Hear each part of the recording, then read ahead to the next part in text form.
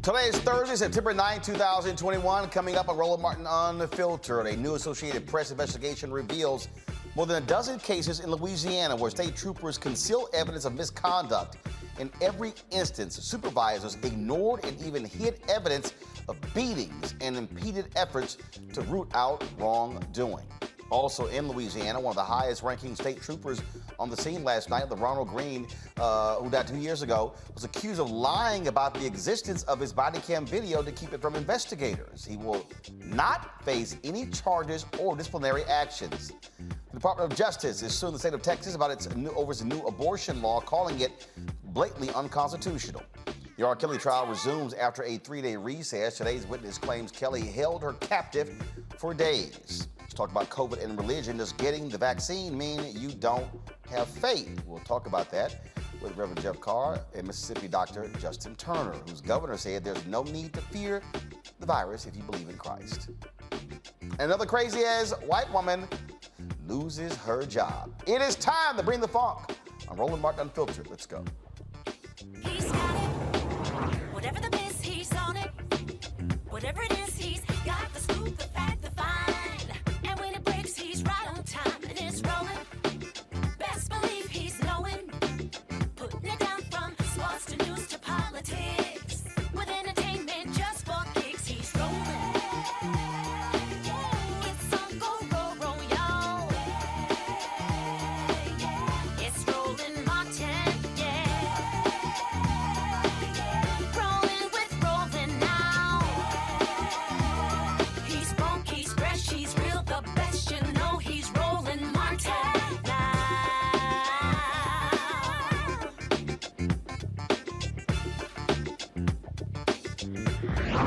Martin.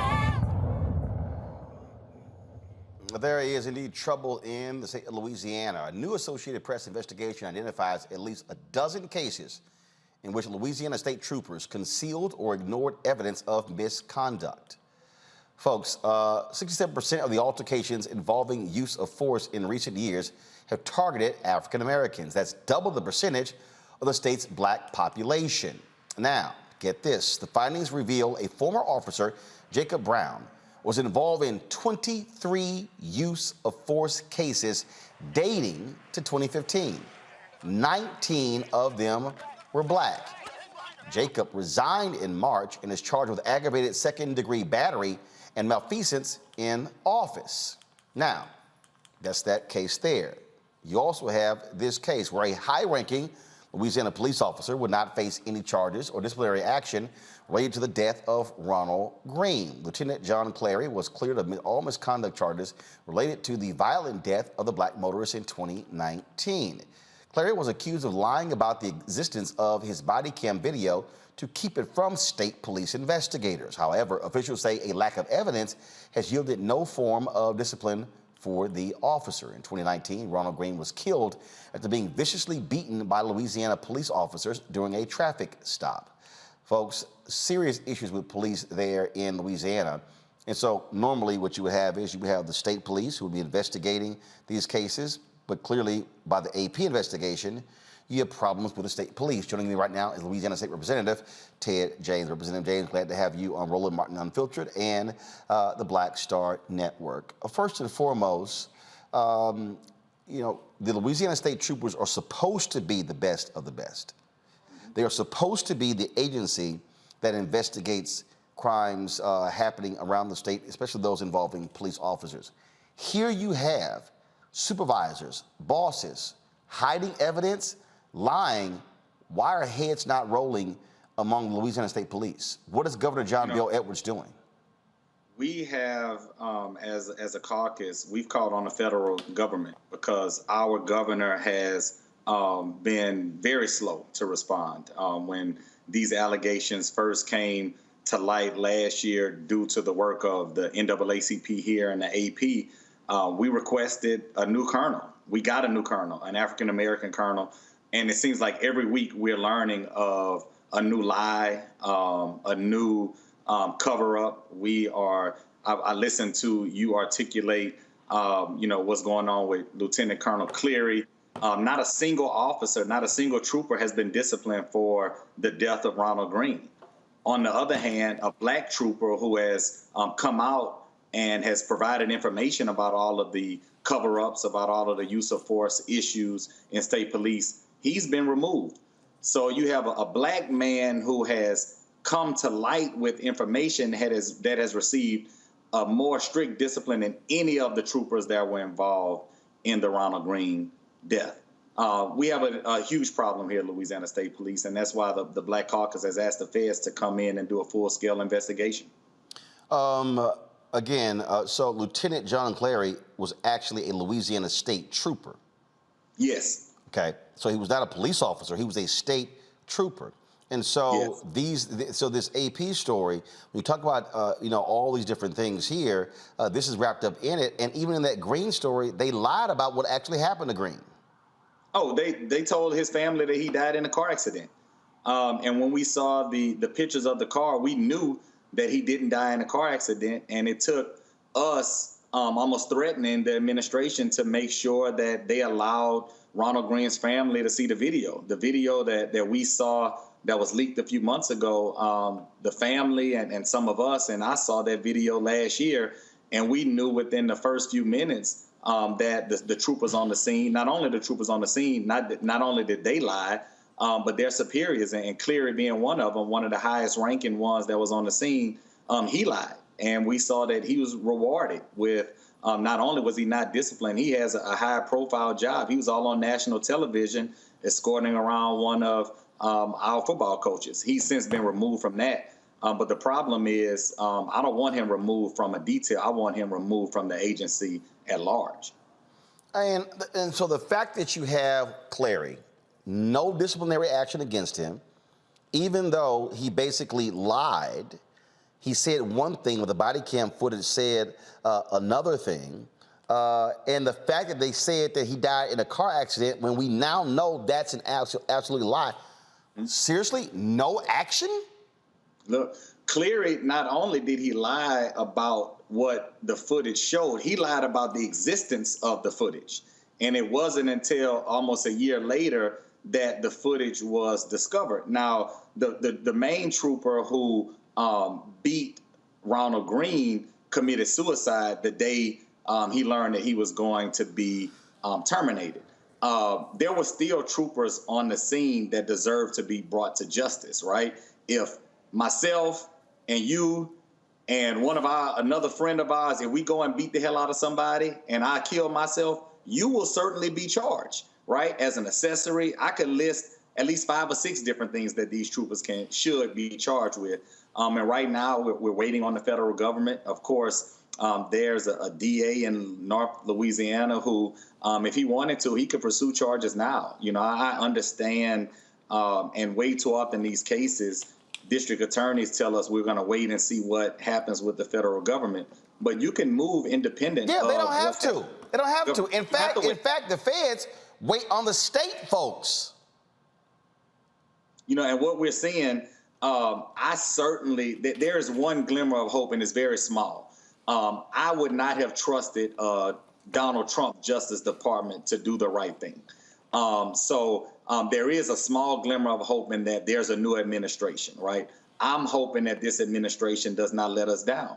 I've had countless conversations with the DOJ because our caucus sent a letter to the Civil Rights Division, and we've asked not just with the Ronald Green, because we already know Ray Charles can see that they lied about Ronald Green. We've asked for a full-scale, top-to-bottom investigation into the entire department, because what we've learned is that not only have these things been accepted, they've been cheered on. We have countless reports of text messages where troopers have bragging about beating the hell out of people and bragging about the fact that they're going to think about that beating for a long time. They're one of the attorneys for state police whose husband is a trooper. There have been reports about how she's coached troopers to get out of use of force complaints by charging motorists in the state, most of them black, with resisting arrest. She's since been removed, but not fired. So there are issues that are deeply ingrained. And, you know, for me, I'm one that asked the governor to make sure that we put somebody at the top of state police, somebody, a man of color. And, you know, as much as I respect Colonel Davis, I'm starting to lose confidence in his leadership, because every week we're learning of something else that has been a lie, something else that has been a cover-up at state police.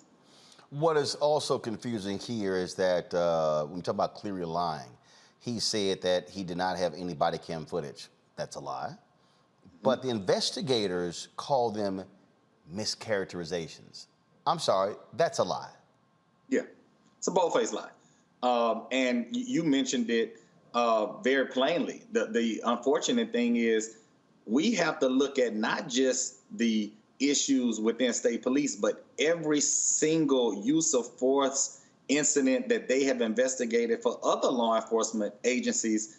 Now, all of those things have come into question, because if you know that there's a pattern of acceptance, if there's a pattern of cheering on troopers that are beating the hell out of black people, of course they're going to overlook when black people get their heads bashed in by other agencies. So in this request that we made to the feds, I think we need to go back at every single use of force complaint, every single officer involved incident that the state police has been called upon to investigate prior to 2016, when we knew all of these issues were 2019, when we knew all of these issues were taking place. And yeah, more pressure needs to be placed on the governor. He's a Democrat. Without black folks, he would not have been reelected. We absolutely know that. And he needs to step up, not be scared of Republicans, and have the courage to do, frankly, what Mitch Landrieu did when he was the mayor of New Orleans, when he called in the federal government to study and assess the corrupt New Orleans Police Department. Look, and we've been putting pressure on it. The governor is a friend of mine. I stood on the stage with him both times when he won. And this is not something that we have allowed him to just escape. Right now, of course, you know, we're in the middle of still recovering from a natural disaster, but this is still an issue for the caucus. We had one of our members send a letter out today. We've requested every single use of force incident from January 1st, 2019 to present. What has been the disposition? What is the race of the person that alleged some type of use of force against state police? What were they initially charged with? We still don't know today why the state police, why they were even trying to apprehend Ronald Green. Here we are almost 3 years later. We still don't know what the underlying issue was. But we do know is that they lied, and we do know that they killed their brother. Louisiana State Representative Ted James, we certainly appreciate it. Certainly keep us abreast of what happens with this case. Thank you, sir. I want to bring in my panel right now, Dr. Greg Carr. He is, of course, professor with Afro-American Studies, Howard University. Also, Reese Colbert, Black Women Views, Faraji Muhammad, radio and TV host. Glad to have all three of you here. This is one of the things that we consistently talk about, Reese, when people say, oh, good cops, bad cops. Yeah, but the bottom line is this here. This is not one, this is not two, this is not three, this is more than a dozen. And I dare say there's probably more if you really, really keep looking. Absolutely. I mean, this is basically state-sanctioned terrorism against Black members of the community who are just going about their business. I mean, in some cases, there were people who were suspected of doing some serious crimes, but I don't understand how a traffic stop escalates to the point of death. And then the amount of lying and concealing about these things is very troubling and distressing. But the worst part is that even when it does come to light, there are no consequences. Investigations are worthless. when all of these investigations do is say there's not enough evidence, well, change the standard of proof, change the burden of proof, bring some charges in these cases, find something to charge people with. Just like when y'all find something to charge black people with, when you go fucking with black people and arrest them and you call it resisting arrest, find some trumped up charge to try to get some of these cops and these state troopers who are out here terrorizing Black and Latino people. And it's not just that they're the only victims. There was a white victim that was beaten to a pulp beyond recognition as well. The other thing I will say is this is where the Merrick Garland Justice Department needs to step in and resume the practice of pattern and practices investigations.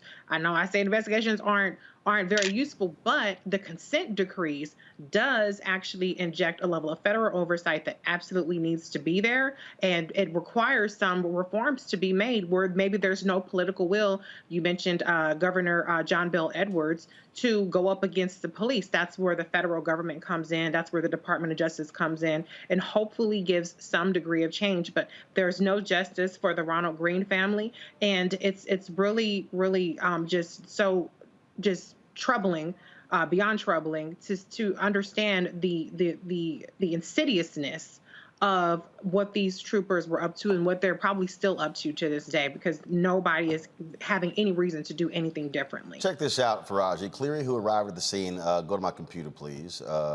Cleary, who arrived at the scene just seconds after troopers stunned, choked, and punched Green to get him into handcuffs, told investigators that Green, quote, was still yelling and screaming, and he was still resisting, even though he was handcuffed. He was still trying to get away and was not cooperating. Investigators wrote in a 6-page report filed less than 3 weeks ago that Cleary's description of Green's demeanor after he was cuffed on a dark roadside near Monroe was clearly a mischaracterization, also known as a lie. Though they did not state it explicitly, the false statements were apparently intended to justify further uses of force by troopers against the prone Green that included dragging him face down by his ankle shackles and spraying him in the face with pepper spray. Quote, the video evidence in this case does not show Green screaming, resisting, or trying to get away, Detective Albert Paxton wrote in the new report. The only screams revealed by the video were when Green responded to force applied to him. The report added that Cleary's own video, published last week by the Associated Press and later released by the state, shows Green, quote, lying on the ground, face down, handcuffed behind his back, leg shackles on his ankles, uttering the phrases, I'm sorry, or I'm scared, or yes, sir, or okay. Green was forced to be face down for 9 minutes. And this is what Cleary yelled. Don't you turn over. Lay on your belly. Lay on your belly, Trooper Corey York yells before briefly dragging Green by the chain that connects his ankle shackles. Lieutenant Clary's video clearly shows Green to be suffering, Paxton wrote in the new report, adding that the handcuffed man can be heard, quote, gasping for air. Though what happens to Green next cannot be seen on the video, investigators wrote that, quote, Green's eyes are squeezed shut as he shakes his head back and forth, moaning in pain, movements consistent with having been sprayed in the face with pepper spray. So you mean to tell me all of that, and they can't figure out what in the hell to charge this guy with or write him up? Yes, and Brother Roland, I think that we need to say it. Clary needs to go to prison. The whole damn police department needs to be broken down. When I heard the representative talking about the fact of the Justice Department coming in, we know that of the pattern of practice, investigation, and all of that. The big thing is that the United States federal government, the Department of Justice, has the power to come in and to really dismantle police departments and start them back up again. Why they have not done that, I don't know. But I'm happy that they're starting an investigation. But they need to go in like the same way they went in what we saw with Ferguson after Mike Brown. They need to go in and just completely fire everybody or lock people up. And that's all that has to be done, because the trust of the American people is totally gone. I mean, of the people of Louisiana, there can't be no trust, especially among black folks. And I saw that based upon this report, Brother Roland, 67% of those who have been involved and being brutalized by the police are black people. So when you have that number, when you have these things, and then when you have that type of evidence, you have the body cam footage, you have the other officers, you got an officer who killed himself. I mean, this is all leading to the fact that these jokers were guilty. And one big thing very quickly that we have to keep in mind, there was another story about some years ago about what has happened in Minneapolis, what has been happening in Portland.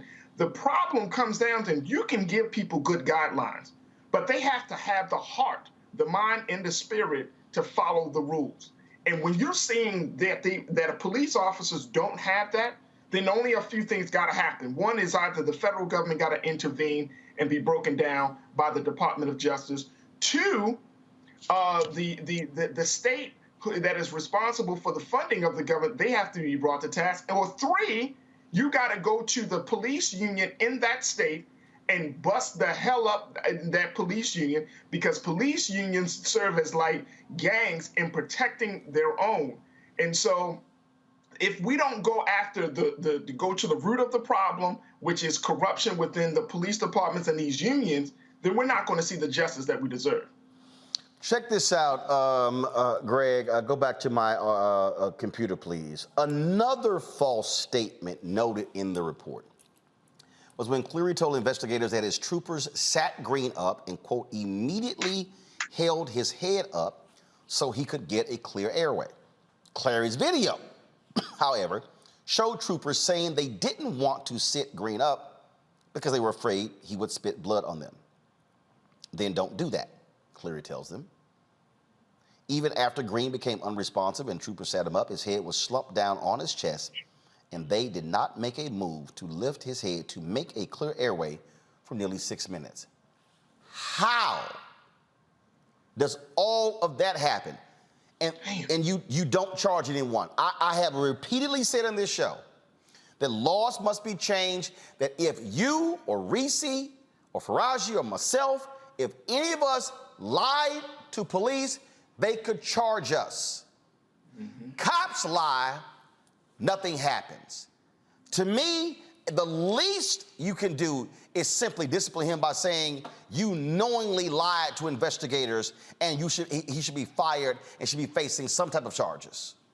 Absolutely. Mm-hmm. Yeah, absolutely. I mean, the one thing we had to say at the onset is that we must use all tools at our disposal: elected officials, the courts, right, the Justice Department. So that's number one. But I'll say, having said that, there's no we. There's no historical evidence for any concept called the American people. The legal framework is one thing. The historical, cultural, social entity is quite another. You see, and shout out, by the way, to both Louisiana Tech and Mississippi State for continuing to employ cats like John Clary, because the thing that black people are useful for is running them down a football field. And ask yourselves a question. Do a little research. And let's ask ourselves, when did state troopers need to be there to protect football coaches? I suspect if you tug on the history of the slave economic concern, some people call it the Southeastern Conference, you will probably find some race involved there as well, because they take their football quite seriously in this country. Yeah, actually, you're right, because I mean, I've seen many games, and I'm sitting there going, why are there troopers? Why? I mean, first of all, you got university police. Football teams have security. Why? And it's a thing now when you watch all these games where you have these state troopers next. It's weird to me as well. Well, Roland, I think that's actually a very good question. I know you just came back from Fisk. You might put some of your young journalist lieutenants on that, do that research, because I think what we'll find is that football, like everything else in this country, is very militaristic. And so John Clary's at home there. And by the way, the mistake made by the state police training investigator, the instructor rather, that led to discovering this tape, I'm sure that was a mistake, because I'm sure they were probably using it to reinforce what you should be able to do to escape punishment. But the key in this is NHI, as the philosopher Sylvia Wynter says, there were no humans involved. Let's think about this. The police are an entity, law enforcement. But the concept of policing has been turned into a verb. What does policing mean when there are no humans involved? It's a verb: managing, hunting, controlling, harming, and killing, because there are no humans involved. Ron Green's not a human being. We have to understand this technique. When you turn off your body camera, you've introduced another layer of obfuscation and murkiness. And so what you're really trying to avoid is the intent standard. And all you have to do to match the intent standard is say, I had another reason. So I'm saying all that to say this. At the end of the day, we have to understand that these people are our enemies. And by that, I mean anybody who's a human being, these are our common enemies. And there's no murkiness to the side you have to be on. Now, I should mention this as well. It's important to understand that there's also an issue of federalism involved. As we listen to Representative James at the state level, and we talk about the local level, and I agree, everything should be pursued. I agree with everything you said, Faraji, everything you said, Reese. At the same time, we understand that Merrick Garland, whose kind of weakness was one of the reasons he was confirmed as Attorney General and even nominated to be on the Supreme Court, is not going to push the limits of the test of federalism. Because what we are seeing now is the state, controlled by white nationalists, are literally testing the limits of federalism. They are daring the federal entity to create this illusion of American community by intervening on open Klansmen. Y'all seen the movie The Mac? Remember when the guy says, shade tree, you ain't no pimp? Well, let's remix that. Shade tree government. You ain't no community. You just a rest haven for the Klan. State by state, they are daring something to come into existence which never existed before, namely, quote, the American people.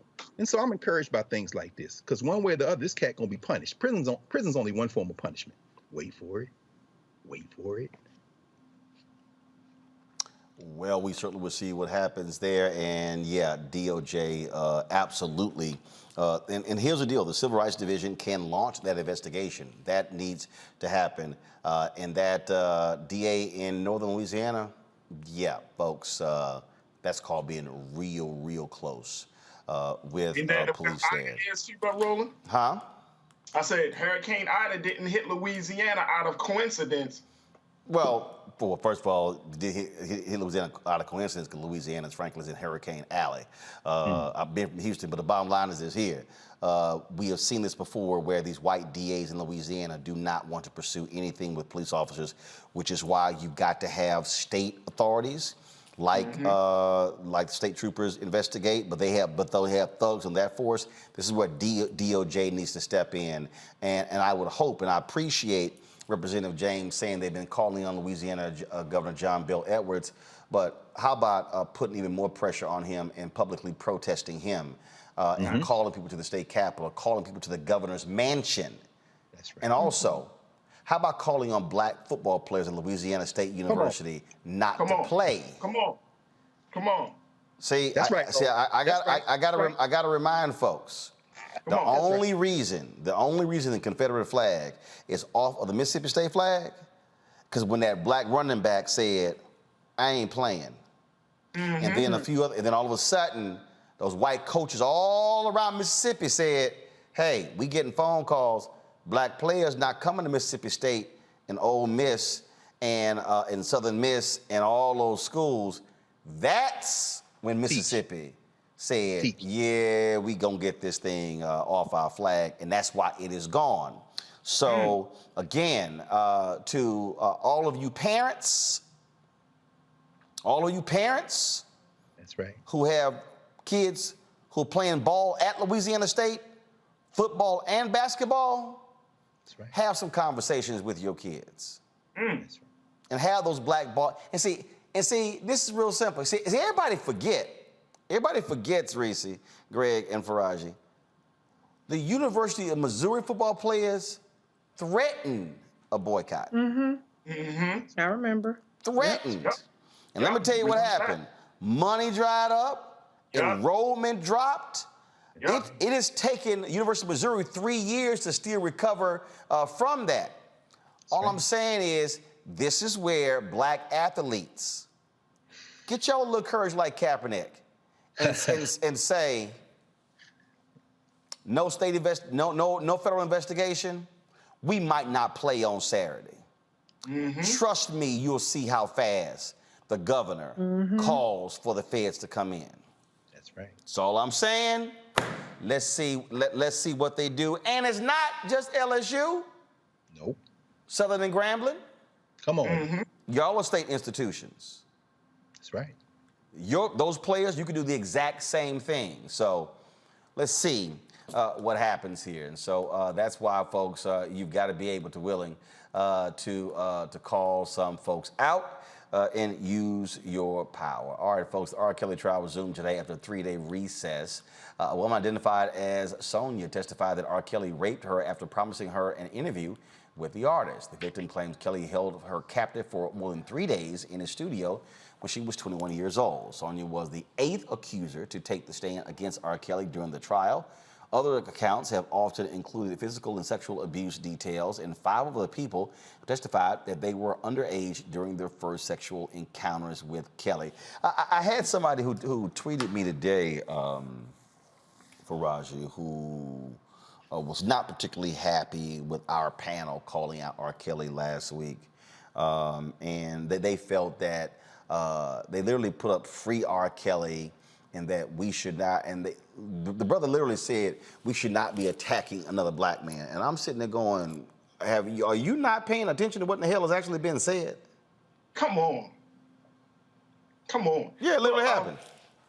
I mean, first and foremost, any joker who says that R. Kelly should be free, I mean, we should cancel them. I mean, when you go to that situation and when you look at what that young lady Sonia said, who's a 39-year-old woman, and what she said R. Kelly did to her at 21 years old, and if we understand the impact that sexual abuse has on anybody, but particularly on women, you would not be so quick to call that man a genius of any sort.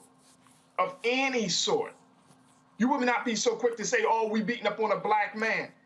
What I'm concerned with is that this case, as gruesome, as graphic, as disturbing as this case has been, that it won't push the needle far enough to remove our love for the pimp culture and the exploitation of women in music and media. That's what I'm concerned with. That it's easy to cancel one man, but can we cancel a behavior? Can we cancel a whole mindset that hate women and that use of women, that abuse women? And so when you look at this case should not just be fodder. And look, and I'm gonna say it like this. Have you heard about R. Kelly case since it started? Other than this platform, I'm gonna keep it real. I mean, unless you go online, you search it, you read it, you follow it. Other than this platform, we have not really had a very deep conversation outside of this show to talk about what's been going on in this trial, what's been said, and the implications of our love for this type of man, and then more importantly, our embracing of a culture that has destroyed women.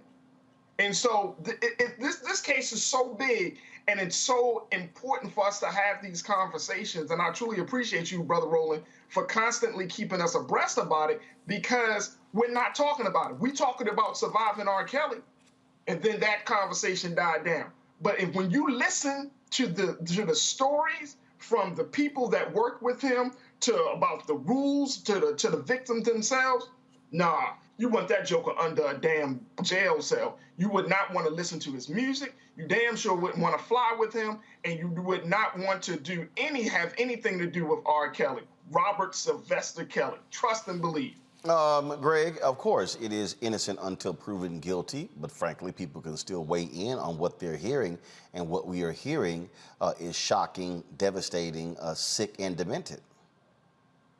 It is, Ron. I mean, of course. I mean, who could say it isn't?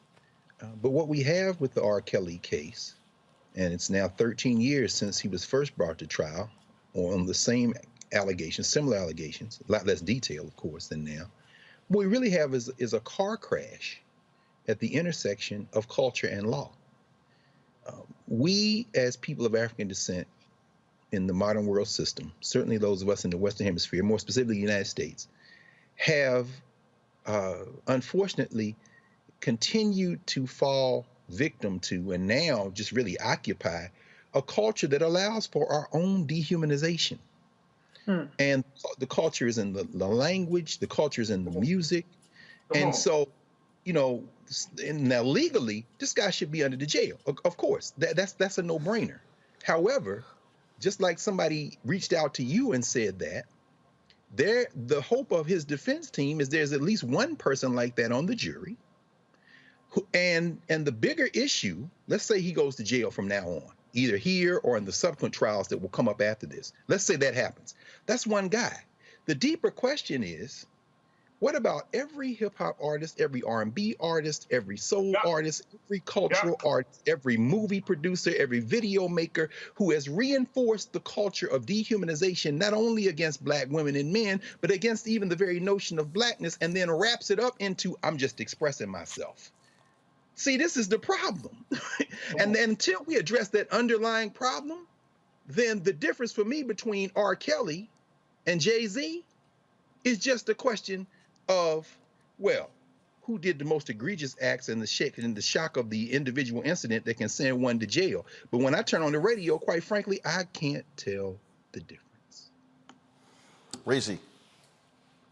Well, if you were upset, then let me give you something to be mad about. If you can identify with R. Kelly personally, then you're a motherfucking degenerate. Point blank period. And maybe your ass need to be up under the jail right along with R. Kelly.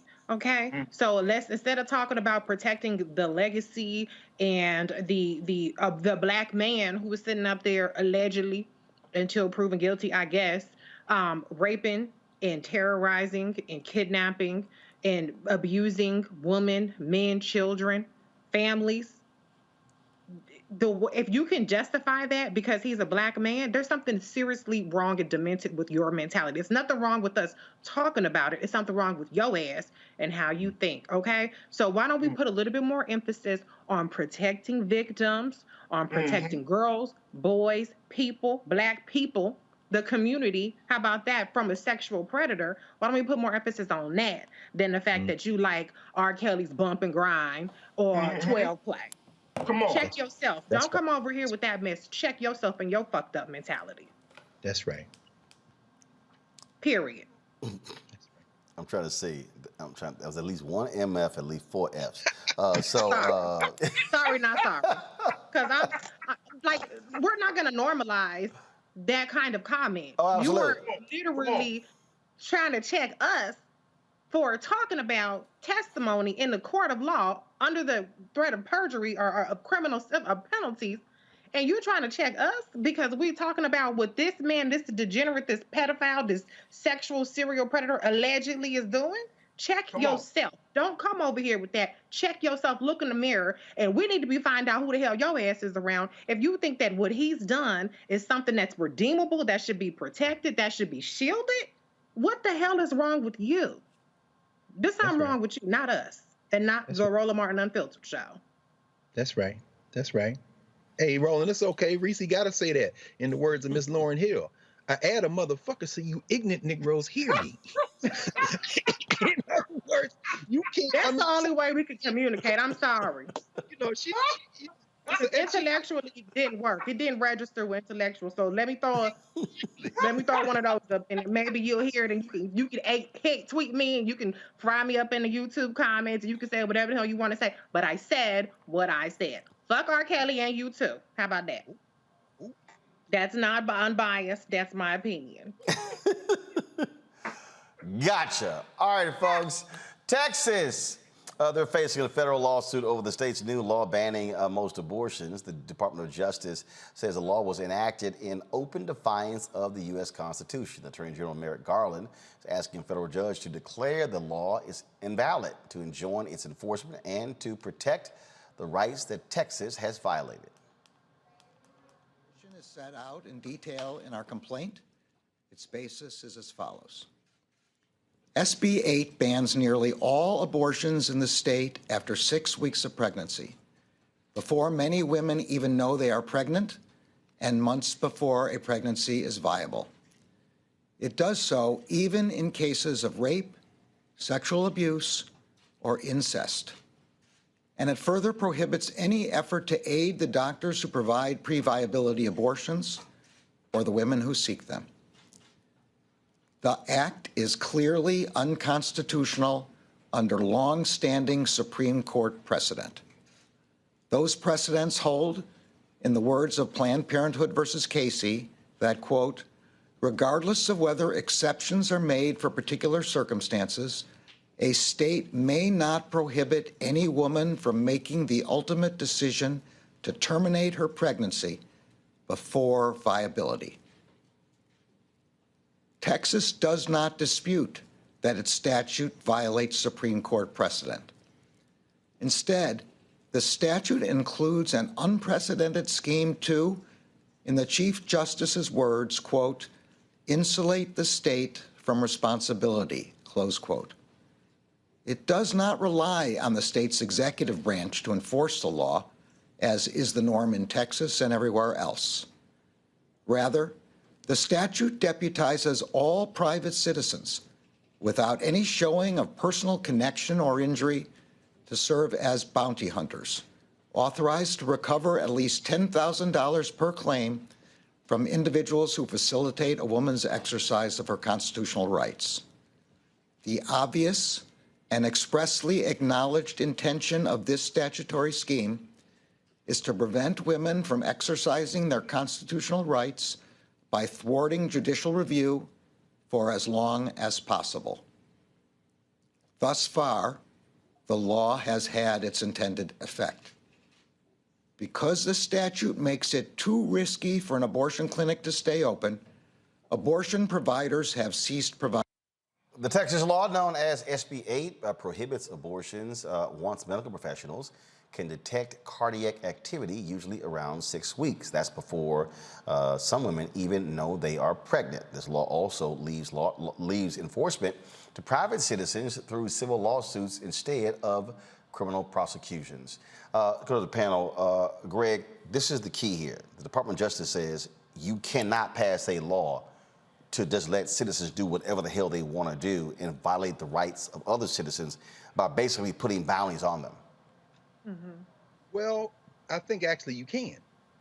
I think you can. This goes back to a case in the 1920s, Giles versus Alabama, Justice Oliver Wendell Holmes, when confronted with clear voter suppression in the apartheid laws of the time in Alabama, said we could rule on behalf of the black people who were having their right to vote infringed upon, in fact, eliminated. However, who's going to enforce it? So what you see in the white nationalist states of the former Confederacy, but they're still the Confederacy, because there's clearly, if there were law in place, this would be an open and shut case. What we're seeing is, again, a test of federalism. All these things are of a piece. You see all over the country, but in the South, where they control these state legislatures, and we know that 30 of the state legislatures of the country are controlled by the white nationalist party, they want to put in place the country they want to live in.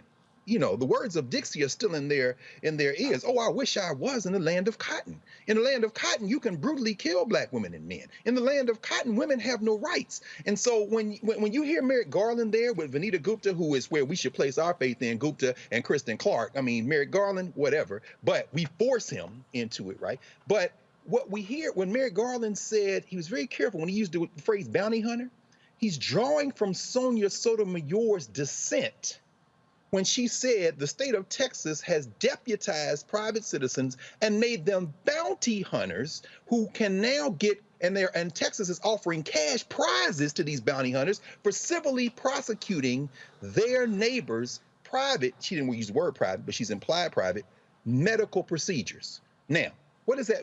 So what do we see today? The United States now substituting itself as plaintiff for the Texas plaintiffs that tried a couple of weeks ago is now going to sue Texas and force these white nationalists, 5 white nationalists, including, 5 white nationalists, including Clarence Thomas. See, white nationalists, you don't have to, it's not a phenotype, it's not a race, it's a concept. And he's a rabid white nationalist as well, Clarence Thomas. They are going to attack and force them to once again affirm their declaration by not intervening, because they're also going to go for an injunction. They're going to say that this deputizing of state action is constitutional. That contradicts the Constitution on a couple of reasons, and I won't go too deep into the detail, but I'll mention this. One is state action. See, Texas threw the rock and hit its hand by saying, we can't enforce this law. No, but by deputizing private citizens, you have done the equivalent of allowing the Klan to outright operate like the police. Once state action is involved, you have now triggered the constitutional crime. You've triggered the constitutional violation. So this is an open and shut case. But I suspect what the Supreme Court will do is not allow for an injunction. Let this work its way through the courts. And as in that biology lesson that Alexandria Ocasio-Cortez gave the country, including that shovel mouth piece of human refuse, the governor of Texas, as she reminded him, most people don't even know. Most women don't even know they're pregnant, because if you miss your period and you late by 2 weeks, it could be stress, it could be anything else. And I'm not about to get into that. I'm just listening to her basically tell him, you're not a man, you're not a human being, and you want your state to be like every other white nationalist state. You want to turn this into the handmaid's tale. And yet, since you got a handmaid on the court with that last appointment, you think you have the numbers to do it. So I guess we're going to find out. Reese.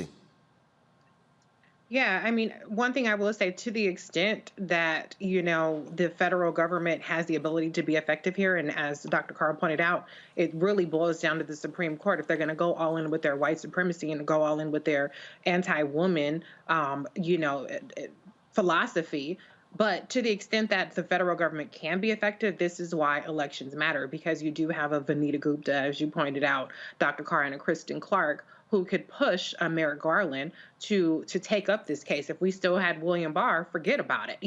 This wouldn't even be possible. And this type of legal activity would be left to organizations like the NAACP Legal Defense Fund and Planned Parenthood, et cetera, et cetera. So it's really important that the federal government is involved with this, that they're putting all of their resources behind it. Will it be successful? There's no guarantee about that. But the one other thing I do want to say is, for those who think that this is just simply a woman issue, the bounty part is the part that people should really be very troubled with. Because right now it's a bounty on abortion providers, or what the broad topic, an Uber driver could be considered an abortion provider. But what's the next bounty on? The next bounty could be on your head. And do we want to deputize white folks predominantly, because we know that's going to be the main people all up in everybody's business, but we want to deputize white people? They see a black man driving somebody in the car, all of a sudden, I think he's an abortion provider. That's right. No, we don't want to do that. Some of y'all don't want to turn over your vaccine cards. You talk about HIPAA, even though that ain't a HIPAA violation, and all kind of other stuff. But then when it comes to a woman's privacy, because that's what Roe v. Wade was really about, was privacy, now y'all up in everybody's business. So like I said, the bounty today is on abortion providers, but what's the next bounty? That, if you don't have any other concern about it, you think it's a woman issue, you think, well, I already had my kids, I'm not concerned about it, or I don't plan on having kids. The bounty issue, because the bounty could be on your head, the bounty could be on your brothers, your husbands, your sons. These are not just women that are affected by it. It could be on anybody's head. And I don't trust that. Faraji. Yeah, I mean, I think let's just keep it clear. The bounty that we're talking about is $10,000. That's what Merrick Garland said, that the law deputizes private citizens to serve as bounty hunters, authorized to recover at least $10,000 per claim from individuals who facilitate a woman's exercise of her constitutional rights. Again, we have a human rights issue that becomes a money grab. So if you have an individual who's looking for a come up, and this is, I mean, look, we got to talk about the fact that this is the sad state of affairs that we find our citizens, the citizens of America in, that you got to put a price attached to human beings at all costs. So we're capitalizing on the pain of women. And then let's look at what has happened with the Texas state's attorney had to say about this whole situation. He tweeted out that the administration, speaking of the Biden administration, quote, should focus on fixing the border crisis, Afghanistan, the economy, and countless other disasters instead of meddling in state sovereign rights. Well, first of all, we know Ken Paxton's stupid. And he needs to be in prison with his corrupt ass. So that's right. And so that's I mean, that's just a reality right there. Folks, hold tight 1 second. Got to go to break. We come back. We're going to talk about COVID, and a lot of people are asking for a religious exemption. Really? Even one black singer. She was supposed to sing the national anthem at an NFL game. She said, "I'm not getting vaccinated." They were like, "Your ass ain't singing." And Megyn Kelly You know, Megan White Santa Kelly. You know, Megan Blackface at Halloween Kelly. That Megan Kelly. She's offended, angry, upset, highly bothered at the national anthem, at the black national anthem is going to be sung at every NFL game. She says this is an affront to, quote, average Americans. Ooh, y'all know I can't wait for crazy-ass white people. Megan, you're today's star. That is next on Roland Martin Unfiltered, right here on the Black Star Network. I believe that people our age have lost the ability to focus the discipline on the art of organizing. The challenges, there's so many of them and they're complex, and we need to be moving to address them. But I'm able to say, watch out, Tiffany. I know this road. That is so freaking dope.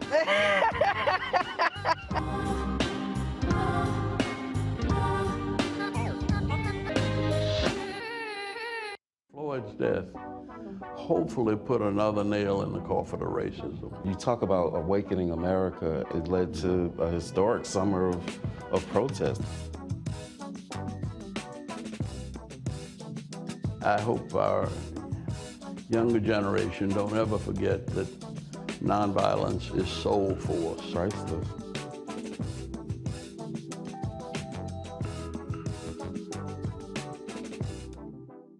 Hello, everyone. It's Kiara Sheard. Hey, I'm Taj. I'm Coco. And I'm Lily. And we're SWV. What's up, y'all? It's Ryan Destiny, and you're watching Roland Martin Unfiltered.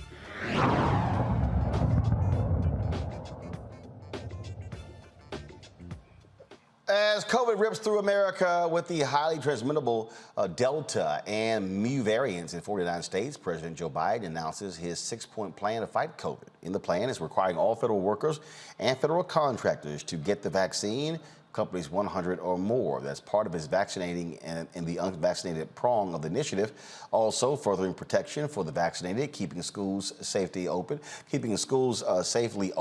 increasing testing and requiring masks, protecting our economic recovery and improving care for those with COVID-19. Biden says there are too many ways to keep this pandemic under control if folks use them. The pandemic of the unvaccinated. And it's caused by the fact that despite America having unprecedented and successful vaccination program, despite the fact that for almost 5 months, free vaccines have been available in 80,000 different locations, we still have nearly 80 million Americans who have failed to get the shot. The Department of Labor is developing an emergency rule to require all employers with 100 or more employees that together employ over 80 million workers to ensure their workforces are fully vaccinated or show a negative test at least once a week.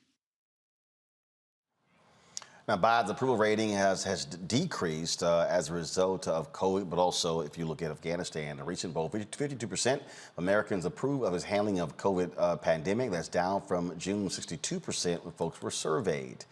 Now, pediatric COVID cases are at an all-time high with more than 250,000 last week. In Miami, 13 school employees have died due to COVID in the past month. Nationally, there are 41.4 million reported cases.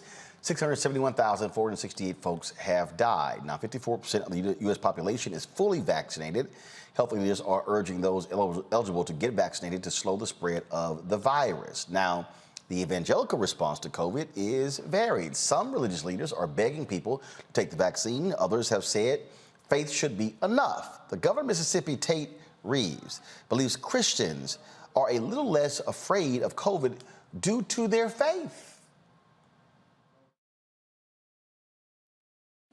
Given the high transmission rate of COVID in Mississippi, Governor, I wanted to ask you about comments you made Thursday evening at a political fundraiser up in the Memphis area, where you said that people in Mississippi and the Mid-South were a little less scared about COVID. When you believe in eternal life, when you believe that living on this earth is but a blip on the screen and you don't have to be so scared of things. was wondering if you could expound a little bit upon those comments, what you meant by that, and whether you have any concern that that might take away people's willingness to take preventative measures.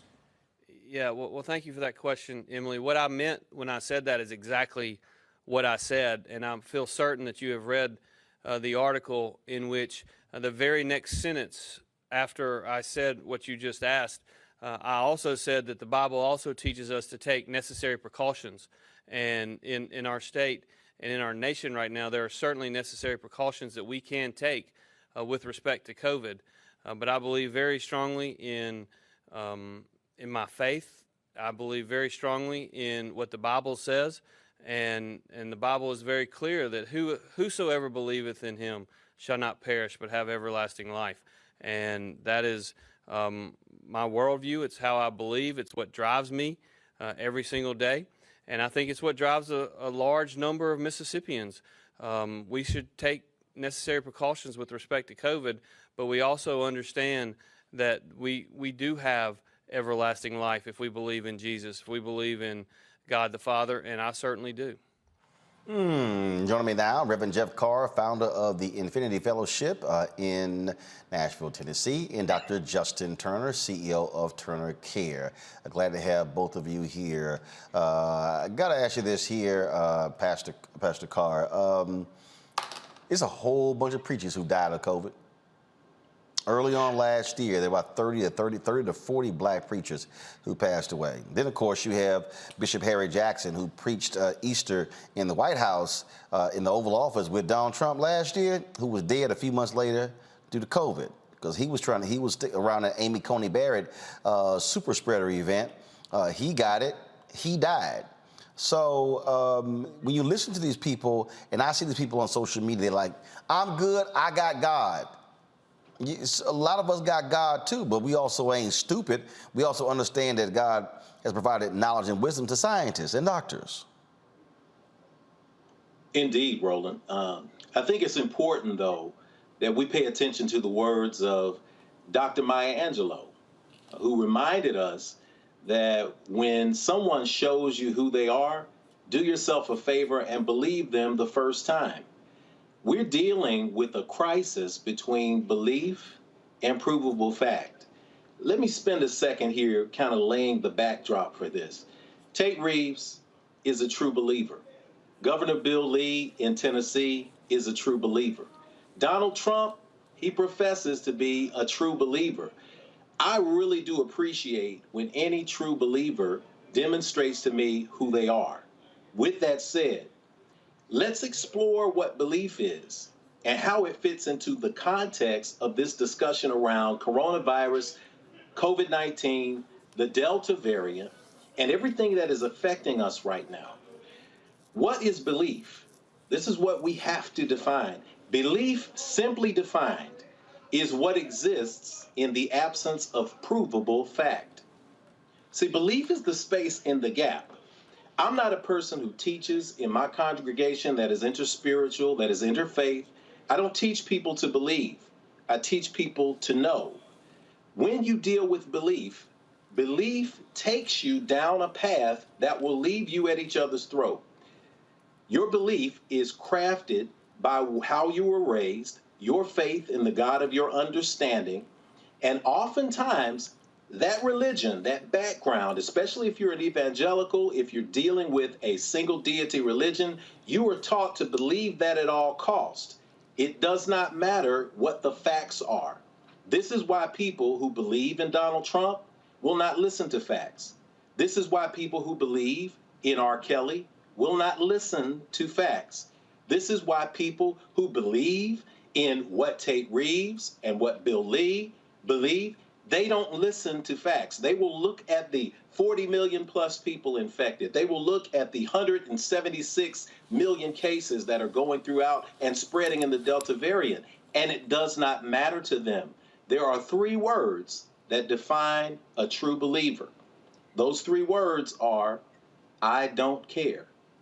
You've seen it when you have someone who believes that the murderer in their family, the serial killer in their family is a good guy. You'll see that in people who believe that their path is stronger than another path, it is a space where there is an absence of fact.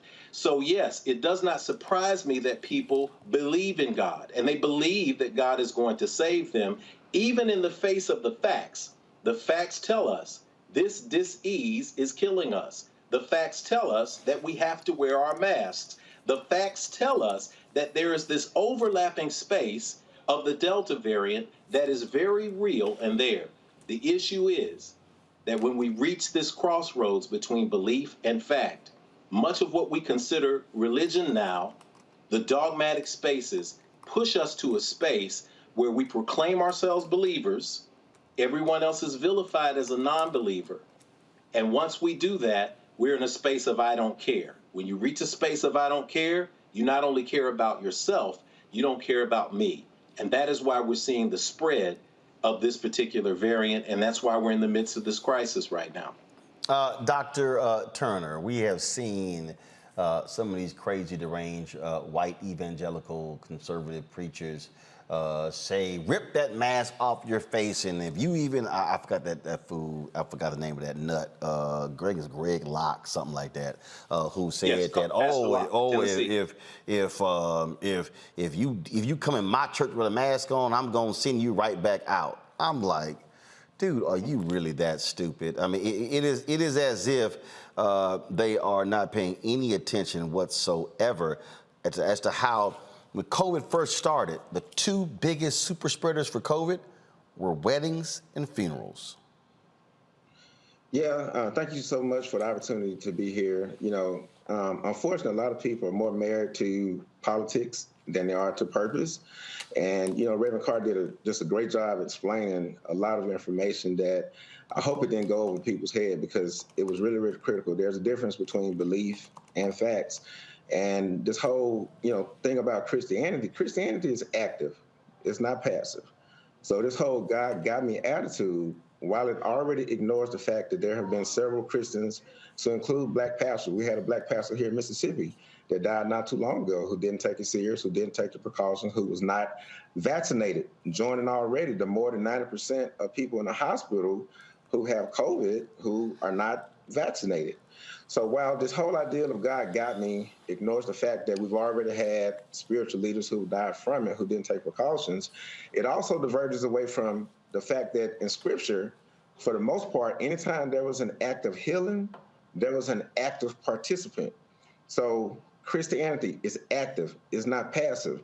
So if you look at the lady who hemorrhaged, she bled for years and years and years, she reached out and touched the hem of his garment. When you look at the man that was blind, before he can see, Jesus took a poultice and put on his eye and told him to wash them. When the man who, you know, was lame, you know, before he could walk, Jesus told him to rise up and walk. So Christianity requires activity. So I've had patients who come in my office, and I mean, not too long ago, just a couple of weeks ago, a lady who had diabetes, she was like, that, you know, I need a refill on my insulin. You know, I need you to give me this particular medicine for it. There's patients who want to lose weight. I just want some Adifex. You know, I just need to lose weight. They don't want to eat right. You know, they don't want to exercise. But then when I ask them about the vaccine, oh, doc, I'm gonna get that to God. You know, God got me on that one. And I say, so are you saying that God doesn't have you on the weight loss? Are you saying that God doesn't have you on the diabetes? Because he's the same God. And I let them know, and to your listening audience, I'm actually a doctor that believes in God. I don't have a problem proclaiming my faith. Matter of fact, the theme at Turner Care is treating the whole person. Studies show that patients who have spiritual health do have higher clinical outcomes compared to other people. So I'm not sitting here being anti-Christian, but also I'm not going to let you pull the wool over my eyes and make it seem as if this whole God got me attitude is basically an excuse for you to not be vaccinated, when we see the proof in the pudding every day with spiritual, God-led people who are saying God got me, but in reality, they're mixing up Christianity with religion. It's not the same. Reese, the singer Victory Boyd, she was supposed to do the national anthem. The NFL season opens tonight, but she got canceled by the NFL because she refused vaccine for religious reasons. Now, she's been catching a lot of flack because she posted this story from the Epoch Times. One of the crazy, deranged, right-wing sites that has been publishing all sorts of nonsensical misinformation, and it is a Trump organ. But this is what she wrote. She said, America from its inception was a dream of a place that champions equality, liberty, and justice for all people, a dream of a place that honors each individual and our God-given right to life, liberty, and the pursuit of happiness. There's always been a fight to make this dream into a reality, from the Revolutionary War to the Civil War to the Civil Rights Movement to the prison reform movement and beyond. Freedom has never been won without conflict. We're in a pretty scary time right now where discrimination and segregation is becoming socially acceptable, and few are doing anything to resist. People are losing jobs, being denied service at restaurants, concert venues, and airports here in America, all because of their deeply held convictions or medical conditions. From New York to California, and even in states such as Florida, where I lost this opportunity of a lifetime, I've made peace with not being able to sing the national anthem tomorrow for the Tampa Bay Buccaneers. But have not and will not make peace with the re-emergence of segregation and discrimination. This is not okay, and it's about time that we say so. Click and share the link in my bio to read the full story. Seriously. Woo, I'm not going to curse in front of, God's children, in front of First of all, hold up. In the last segment, hold up. In the last segment, he was on hold. I was watching him on the monitor. So, hell, you were cussing in front of him in the last segment. Well, I'll be off for myself, man. There it is. This is real talk tonight, Reese. Be yourself. Be who you are. I'm not one of these traditional believer space. I'm a spiritual practice space. And since we are in a society where our language is limited because of the thousands of languages that we no longer have, sometimes using a word that is considered profane is all according to who's defining that. And I think that Webster is not one of us. So be yourself. So Reese, he just gave you permission to cuss. Go on. Oh, gosh. Okay. First of all, I'm just trying to figure out what planet she's living in. America, in its inception, was all about freedom and equality. I'm not going to say the big word. Girl, please. Or how about this? I'm cover up your side for my screen. Anthony, go to a full screen of Reese. Get rid of the split screen. Go to full screen of Reese. Okay, Reese. Okay, Reese, go ahead. I got you. I didn't cuss in front of the pastor. I got you. Go ahead. No, but motherfucker, please. I mean, come on. Like, let's be real, okay? And let me say this: when you talk about segregation and this, that, and the other, it's called quarantining. Okay, it's called forced quarantining. Now, if it was Ebola that was sitting up here spreading the way that COVID is, and people was coming into a restaurant with blood coming out their eyes and legions all over their bodies, you would be like, get this person the hell away from me. They don't have a right to walk into this restaurant looking crazy like that. But because COVID is not as visual as some of these other really infectious diseases, it's not as deadly either as Ebola. I'm not saying that. But my whole point is, this isn't segregation. It's called quarantining. When you are more at risk, if you've been exposed to people, if you are a person who's more likely to have COVID and spread it, then your ass has to quarantine. So this isn't segregation. It's called public health. Since you don't want to be a part of that contract that we're making, then you have to, you have to deal with the consequences of that. So now you don't get to perform at the NFL, but do not compare quarantining basically with Jim Crow. There's no comparison. There's absolutely no comparison. People have a right to get the vaccine or not. That is their right, but people have a right to set up the most safe measures possible for success for their business, success for their event, success for their home, their schools, etc. And if that includes excluding you, then that's unfortunately the contract that you've made by deciding not to get vaccinated.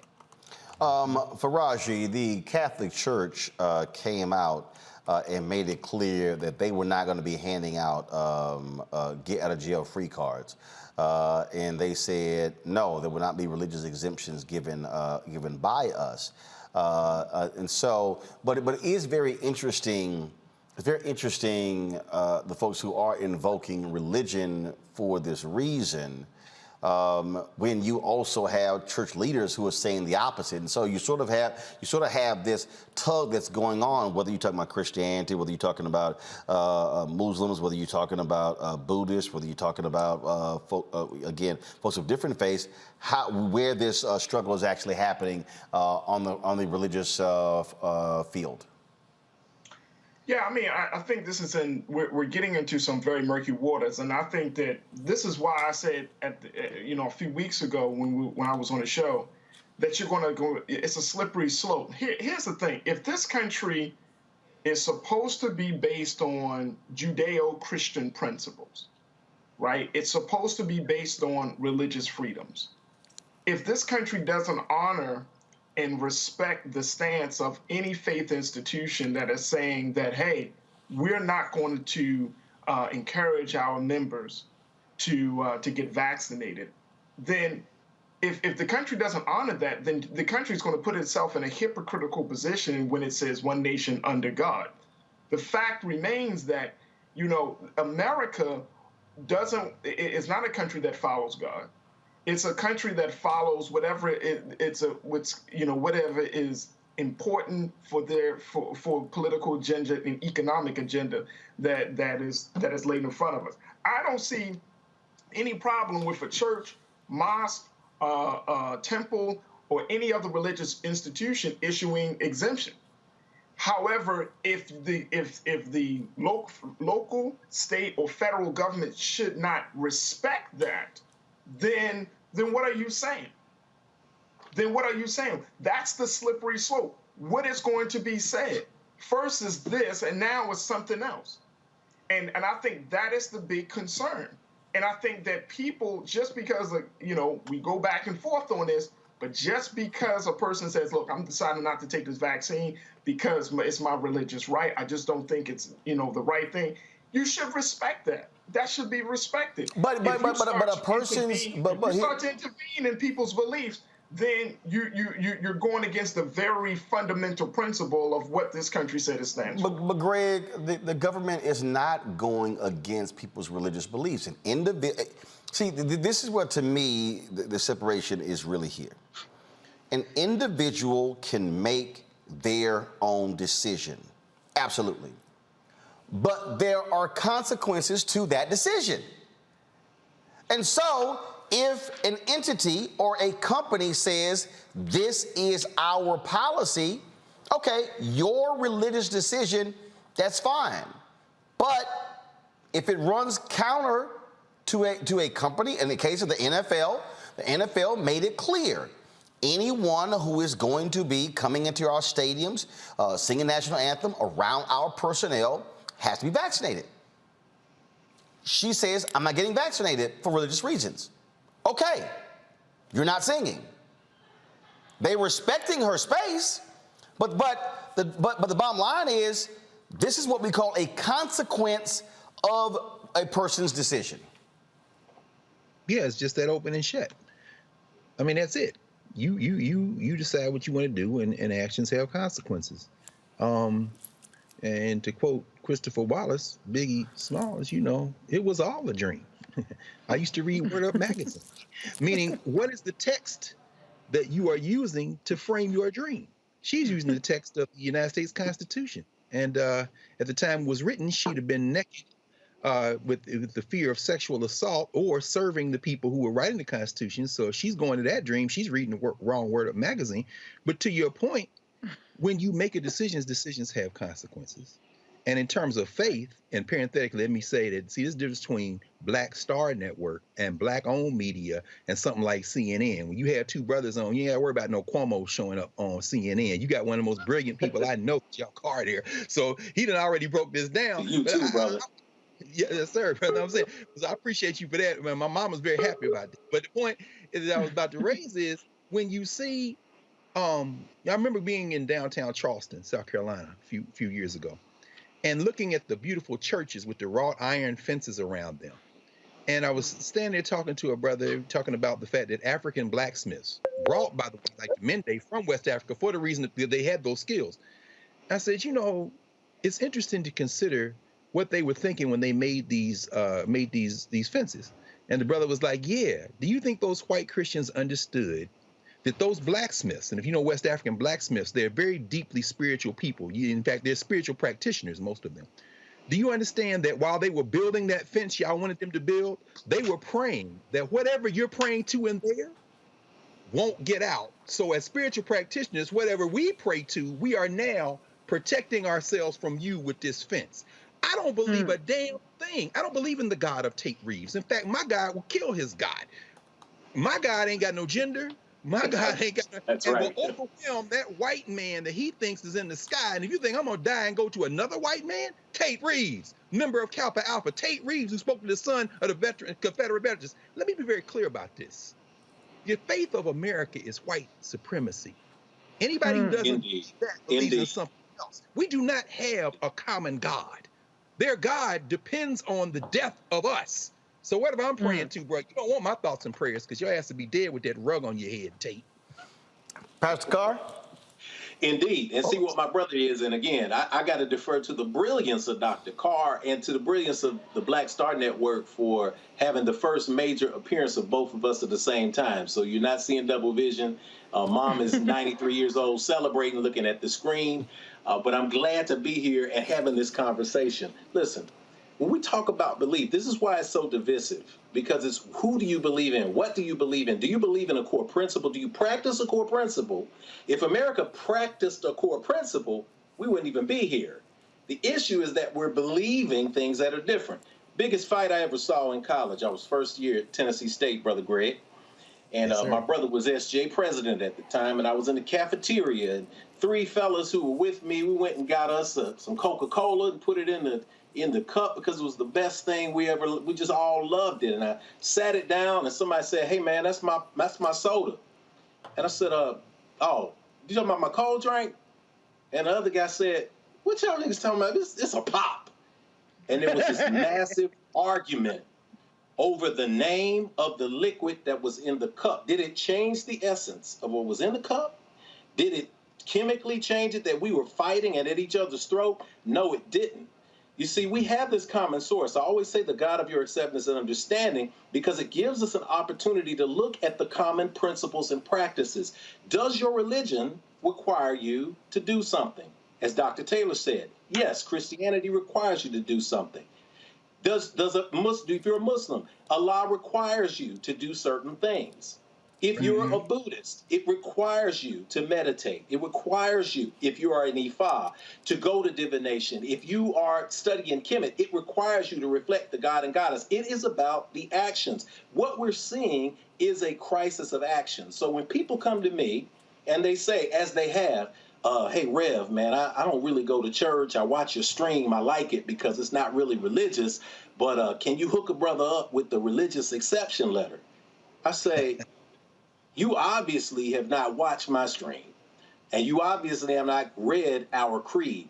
In our creed, written into this interfaith space it is the application of ancient wisdom, scientific discovery, and spiritual practices, both physical and metaphysical, that lead us closer together as a human family. Second point, scientific discovery. We have to base things on science. The issue is, if you are truly a practitioner in your faith, not a believer in your faith. I'm not interested in believers because believers are dangerous. They don't listen to logic. But if you are a practitioner of your faith, you will do what is necessary to value the gift that we all have been given on this side. We can debate, we can argue on what's going to happen to us when we check out, but the reality is one thing that all faiths have in common is an understanding that we are made in the image and likeness of the Creator. This does not make sense then when the religious people in Michigan, the Catholic school in Michigan, goes and says something as insane, as illogical, as unprovable as we are made in the image and likeness of God. And so wearing a mask hides that image and likeness of God, and therefore it's against our faith because no one will be able to see that we are made in the image and likeness of God. Lunacy, complete and utter insanity. These are the spaces that we're dealing with. When we're talking about a very, very, very dangerous space here, you've got this crowd of people. If I have my right hand here, You've got this crowd of people who are anti-vaxxers. They are not interested. They are not believers in the vaccine. I'm not going to say anything that may be pejorative to some people. You may just think that it's holistic health. On this other side, you have people who refuse to wear a mask, who refuse to take care of themselves. Now, you might be a really good driver, as Brother Roland said, but having a driver's license doesn't determine whether you're a great driver or not. But go out there and drive without a driver's license to see what happens to you. So you're not wearing this mask. So you have these two populations of people now who are now converging in the middle. The people who don't believe in the vaccine and won't take it, the people who will not wear masks and also want to go out and party, send their kids to school with my kids. And this is converging in this space. And this overlap space here, right in the middle, that's what's producing that Delta variant. That's where it's coming from. And it's going to continue to ravage us until we get beyond those spaces of blaming this on a God and instead say, getting a vaccine, wearing a mask, making sure that we take care of ourselves and others is as common sense as wearing a seatbelt or getting a driver's license to drive a car. Dr. Turner? I'm sorry. Who's was that Faraji? Who's that? Yes, sir. Go ahead.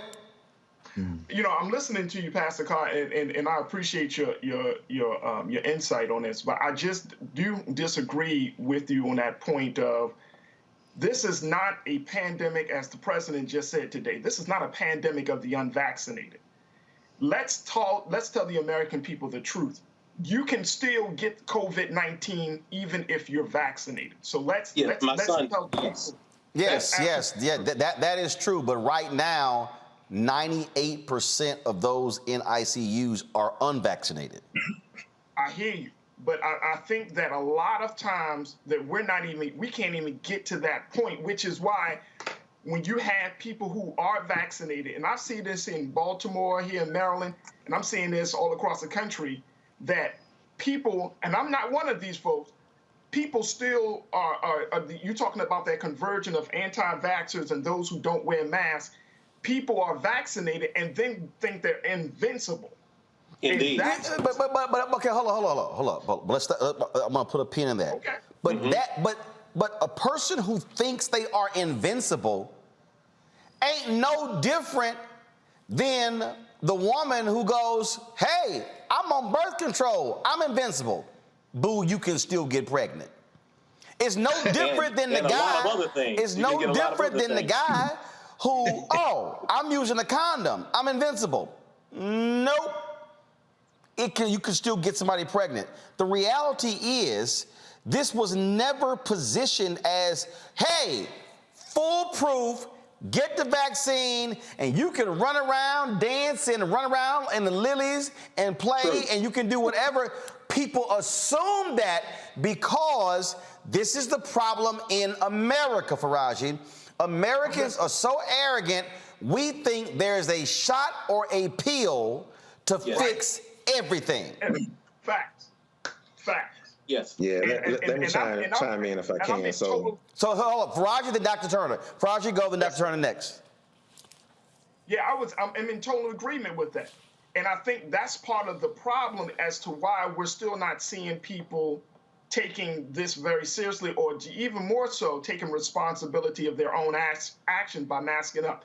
But the thing is just because you don't want to take the vaccine doesn't necessarily put you in the group of being an anti-vaxxer. That I don't agree with that.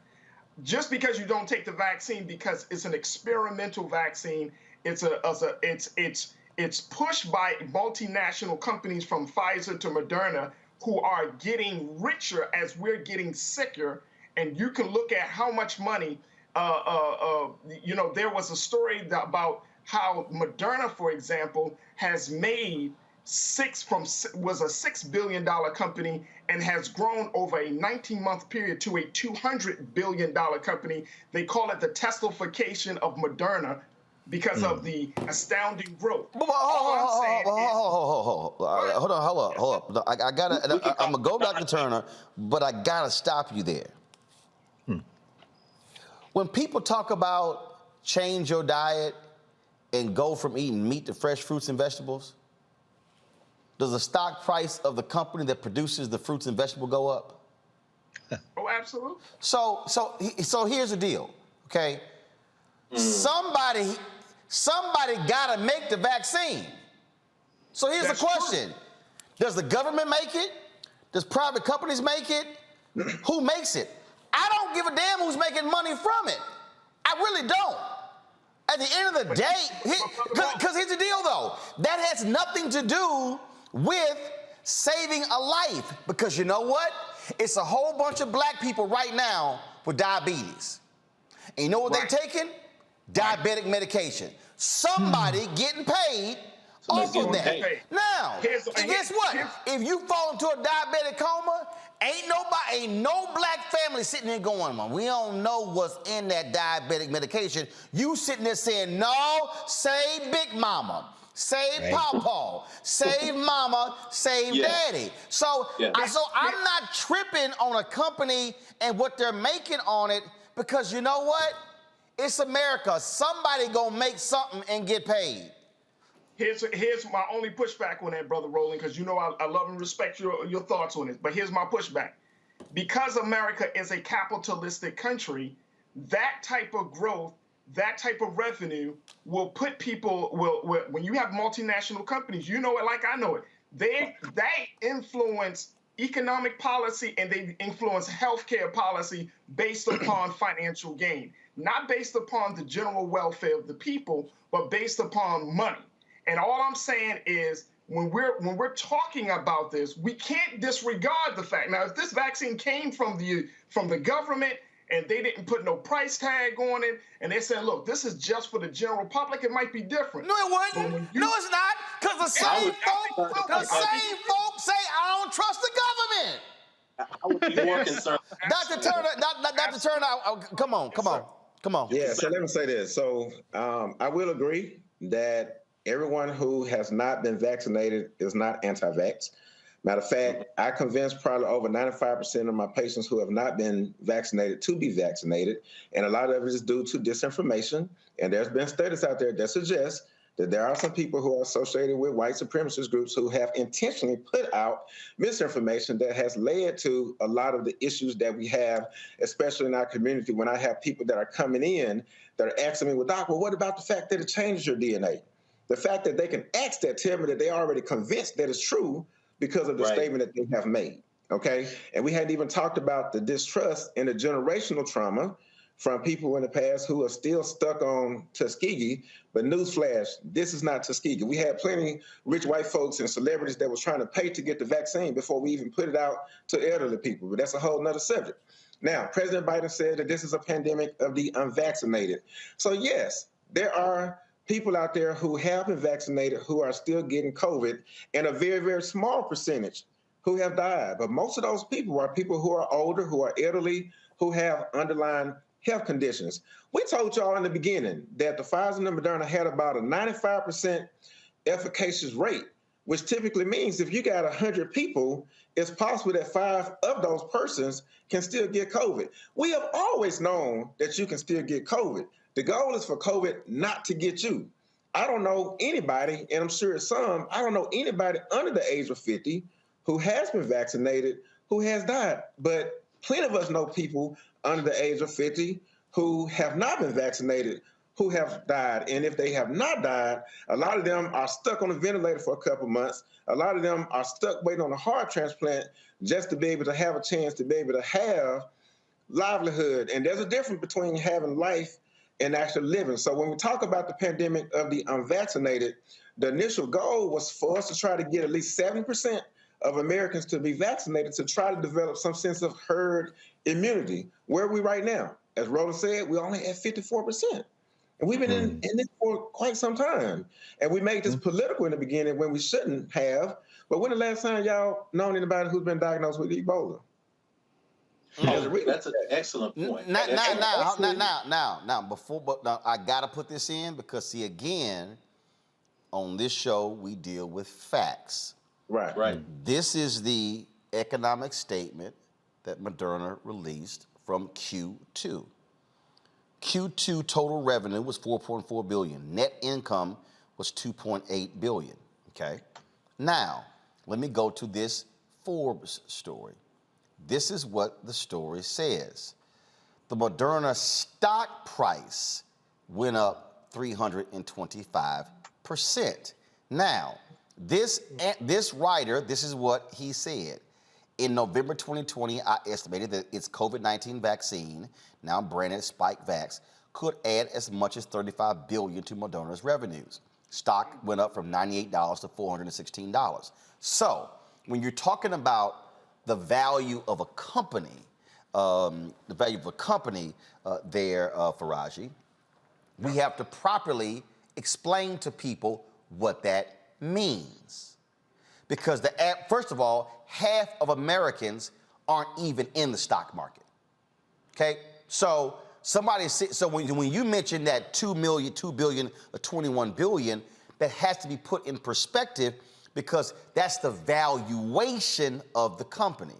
The stock price, the reason the stock price has gone from $98 to $416 because people who are buying stock are saying, okay, we think this COVID thing is going to be around for some time, so therefore this company is going to continue to see profits increase, so I'm going to buy stock in this company, and that's what the stock has gone from $98 to $416.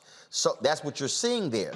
Now, if what Dr. Turner said actually happens, if more people actually get vaccinated and you create that herd immunity, then you are not going to see these projections that we're going to be in this wilderness for several years. And so you know what's going to happen? That stock price is going to go down because the projection of 35, 50, or 100 billion over the next several years is not going to happen because you're not going to need that many vaccines. So what the people who are buying the stock are banking on, they're actually banking on the unvaccinated people not getting vaccinated, which means we're going to have to see more vaccines, one. Two, more variants created. So guess what happens when you create more variants? Booster shots. So you have the Delta variant, you got the Lambda variant, you got the Mu variant. So the health people like Dr. Turner are trying to stop that from happening so we're not going to see multiple variants which require multiple vaccines, multiple boosters. And so the people sitting at home have to understand how they are projecting. So yes, the valuation, Moderna today, their company valuation is more today than it was in the last quarter in 2020, primarily because of what is happening with the vaccine and the need for more vaccines and the fact that 54% of the country is fully vaccinated, but that still doesn't matter because if you have people who continue not to be vaccinated and more variants are created, it's going to require more shots and continue, and they're going to keep pumping those things out. So those who don't want to get vaccinated, who are complaining about Moderna and the money they're making and Pfizer making the money they're making, they're contributing to that. That's right. Self-fulfilled prophecy right there. My only thinking about this very quickly, Brother Roland, is that we know that like any other company when you have multinational companies, they have lobbyists. When those lobbyists go to the lawmakers, those lobbyists are being backed by companies that are bringing in billions of dollars in revenue. Right, and what does the lobbying have to do when? Okay, no, hold up. See, I'm just breaking this. No. But I'm asking you, what does the lobbying have to do with 54% of the country only being fully vaccinated and variant spreading? What does it have to do with it? Here's what it is. The lobbyists are going to lawmakers that are going to push for certain things to be done on behalf of the companies. No! They're pushing for this because there are people like Dr. Turner who are literally quitting hospitals and nurses. They're pushing for it. Pull the graphic up because 677,000 people have died. 41.4 million in America have been infected. That's what's going on. At some point, we have got to stop associating the lobbying as if we are not engaged in an international health crisis. Well, Roland, Roland, just go interject ahead, for a Rick. second. Yeah, just right quick, on the international piece. I think you put it where it need to be put. All these things are operating at the same time. We saw the report, or we saw yesterday, Tedros Adhanom, who is the head of the World Health Organization, called for a moratorium on booster shots because most of the world, certainly the continent he's from, Africa, haven't gotten their first shots. And so, to one of the things you're talking about, Faraji, I think, when you have an international lobby, the EU, for example, has purchased X number of shots. We saw the story last week from South Africa where Johnson & Johnson sent shots from Johannesburg to the EU when the South Africans haven't been vaccinated yet. And their excuse was the EU already paid for them. There's a lot going on. And so while even just at half the people in this country have 2 shots, the fact of the matter is no one in the world is safe until everybody gets it. So while you have anti-vaxxers, you have folks who have alternate reasons they're not taking the vaccine here in the United States, you have a world that is largely unvaccinated, and you have multinational corporations who are engaged in what Naomi Klein and others call disaster capitalism. So to your point, Roland, they're going to make a profit, but they are not coming in with clean hands for this reason. And I'm not saying you shouldn't take the vaccine. I got my vaccine because all these things can be happening at the same time. The proprietary nature of the intellectual property that went into those vaccines, Moderna is not cooperating with Johnson & Johnson, neither one of them cooperating with Pfizer. And when humanity is now facing this wave that could kill off the damn species, these companies not only are not collaborating with each other, their lobbyists are pushing so that the Biden administration, for example, did not turn the technology behind the vaccine loose, and they had the leverage to do this on a global level so that scientists all over the world could develop the vaccine. That's why but remember, that was actually a decision made by the Trump administration. I agree, but Biden administration has reinforced it. Right, and so it was already set in stone. Right. And what they did was continue it, as opposed to what they should have said, that this is a public good. And what they should have done is what President Franklin Delano Roosevelt did when he made Carnegie and DuPont and Kaiser and Ford and Boeing all work together to say, we got to win World War II. Damn your little monopolies. Y'all work together. That's exactly. In fact, that's exactly right. In fact, I just end with this, Roland. You just made the point, brother. Humanity is facing this crisis. COVID has no respect of race, ethnicity, class, and you're exactly right. At the pressure points, one of the reasons humanity is threatened at this point is precisely because of what you said. People have to step up now. People have to step up. And so, yeah, I mean, but the reason I'm saying this, and this is why, again, Black Star Network, Roland Martin Unfiltered, everybody understand, this is not going to be a conversation anywhere else. This is the most sophisticated level of conversation to get to the point where we realize if you're going to make a decision about whether or not to take this vaccine, it's got to be an informed decision because COVID grows with ignorance like any other disease. You're not going to get a sophisticated conversation like this. Nobody's getting deep. So here's what I'm about to do. I'm about to do a final round for each one of you. Pastor Carr, you're going to be first. Reese next. Then Turner. Then Faraji. Then Dr. Carr, close us out. So Reverend Carr, go. All right. Thank you. First and foremost, to accentuate what my brother said, nowhere else are you going to find this. I think our mantra for this conversation and conversations before and after this, rather, should be around what we talked about last night on this very show. Bring your eyeballs home.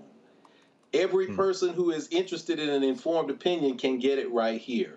We're talking about science right now. It's important to note that no official church body in itself has issued a dictate to say, don't get a vaccine, don't get a mask. They have all told you to go to the CDC.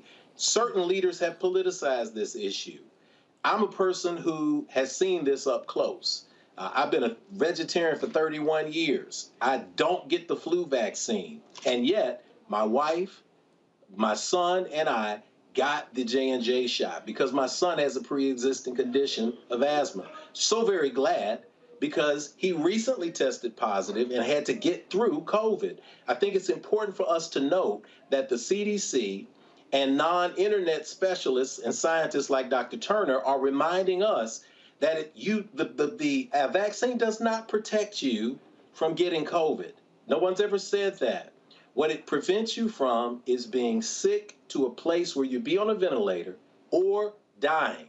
And being one of the people who I've had the task of putting under the ground over the last year, in the last year, I've done more funerals and participated in more funerals than I have in the last 10 years. I don't know anyone who I've put in the ground and spoken last rites over who has passed away from the vaccine. I do know plenty who have passed from the disease and the complications that have come. Dr. Turner can tell you about asymptomatic carriage and asymptomatic transmission.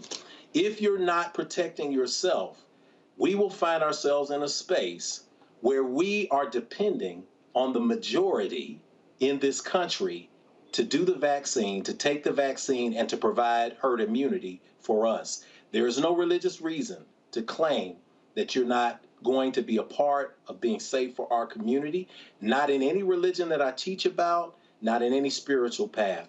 If you have this personal space, make sure that you're consistent. As a vegetarian, I helped triple the stock price of Beyond and Impossible meat when it came out in Burger King. I got an Impossible Whopper because I come from the old days when you actually had to boil the soy and get the curd off for the tofu and get the skim off the top for the milk. I was excited that I could have a burger from Burger King and not have to just eat potato chips and fries. Guess what? I can't tell you what's necessarily in that. And neither can all the new excited vegans who go and run and eat the products that are there. But they eat it because that is what people do when they are seeing a need that they have. We are in a space right now where we have to begin to ask the question, and this is how I'll end it. If we're talking about lobbyists, if we're talking about big pharma, if we're talking about who stands to benefit, if we're talking about politics, who wins in a capitalistic society? Is it a win when you kill the disease, or is it a win when you keep the disease going? Let's be smart. Keep our eyeballs here at home. Reese. Okay, very quickly. Number one, the country that has the most vaccines administered is China. Not a capitalist country, it's a communist country, and Moderna is not one of those. And so there are a variety of vaccines, I think over a dozen vaccines worldwide. Not all of them are approved, obviously, in the United States, but there are more vaccines than the 3 that are approved for use in the United States. Number 2, the most race and socioeconomic neutral prescription for COVID-19 in the United States, obviously, as we just discussed, not in the world, is the COVID-19 vaccine. It's free for everybody. Unlike EpiPens, which Joe Manchin's daughter raised the price on, unlike insulin, where people can't even afford their diabetic medicine, the vaccine is free and readily available throughout the entire country. That's number 2. And then number 3, I know there are sensitivities about anti-vax, whether you're anti-vax or whether you're vaccine hesitant or whether you just refuse to get the vaccine personally. The impact is exactly the same regardless of what label you want to put on it. The impact is ICUs are overflowing, full, almost at capacity. The impact is that pediatric hospitalizations are way up, infections are way up. The impact is, for instance, in Miami, 13 of the people who died from the school system are all Black, all unvaccinated. That's the impact. It does not matter what label you put on not getting the vaccine. The impact is what we're concerned about. I don't care what you want to call yourself. You can call yourself pro-vaccine, but I'm just not taking it. But the impact is what we're seeing, an overflow of our medical system where people who have cancer cannot get a bed. People who have heart attacks are waiting in the ER for 8 hours. I was on the Clay Kane show earlier today. A woman whose child has COVID had to get an actual surgery rescheduled because the pediatric beds in Florida are full. So we have to stop talking about the labels and the sensitivities and the feelings behind it and start talking about the impact. If you don't like the label, that's fine, but we need to talk about the impact that people not getting vaccinated, not getting us to herd immunity is having on our country. And we're not even there yet because this is the summer. This is supposed to be the downtime. When we get into that fall and the same anti-people, whatever you want to call it, who don't want to get the flu shot, don't want to get the vaccination, we're in for a world of hurt if we don't get this under control yesterday. Dr. Turner.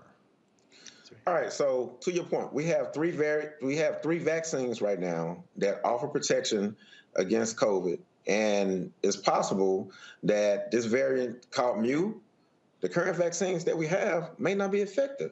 So yeah, it's not even cold yet when people are going to be more indoor and they're going to be more gathering. So we need people to realize that this thing can really, really get worse real quick. I also want to make mention that it's hard sometimes to correct until we cutting it, okay? Here in Mississippi, we just had 2 nurses who have committed suicide within the last couple of months. We've had a physician to commit suicide within the last year. Okay, we got healthcare workers that are quitting. We just opened up a garage over at the University of Mississippi Medical Hospital because we had issues with capacity. I have an 11-year-old at home who, for her birthday, turning 12, she don't want to have a big party. She don't want to go out of town. She want to get the vaccine. I have a wife that has asthma. I don't want to bring it home and they get exposed because we're living in this state where I don't know if the governor of Mississippi, Louisiana, and Texas just get together and try to figure out what they can do just to piss more people off because they're more married to politics than they are to purpose. So I understand Governor Reeves made the statement and saying that, well, Mississippians, we're not scared because we know where we're going. We never want anybody to be scared. We don't want you to be fearful, but we do want you to be careful. So we're talking about spirituality and spiritual health, but I don't really think that this is an issue of spiritual health as opposed to an issue of mental health. We're dealing with denial. We're dealing with people who are using Christianity in the name of really supremacy and really wanting to be in control. So they're talking about choice, talking about anti-abortion and pro-life, but I don't think those go together. If we just got done talking about abortion and being pro-life, and now we're talking about wearing a mask and doing different things like that to promote life, but all of a sudden it's about choice. So are we really, really serious about doing everything we can in this country where we talk about, the land of the free and the home of the brave, or are we just moving the goalposts? As far as all this disinformation out there, I know you talked about folks are making money off it. People are making money off Viagra that's produced by Pfizer, and we're still taking it, right?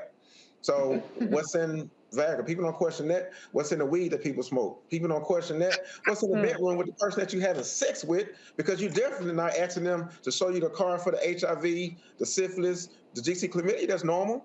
So we still make excuses. But at the end of the day, 3:30 in the morning just last week, I had to pronounce a 41-year-old dead because he didn't make it. And I'm tired of having to call parents at 3:30 in the morning to let them know that their child didn't make it. Parents should not be burying their children right now. Children are supposed to be burying their parents. And here we are at the most critical time in this pandemic, and we're still making excuses, putting off getting the vaccine, putting off doing everything in our toolbox that God has given us to be able to get past this. In Leviticus 13, there was people who had diseases and we talked about facial coverings. So yeah, there's nothing new under the sun.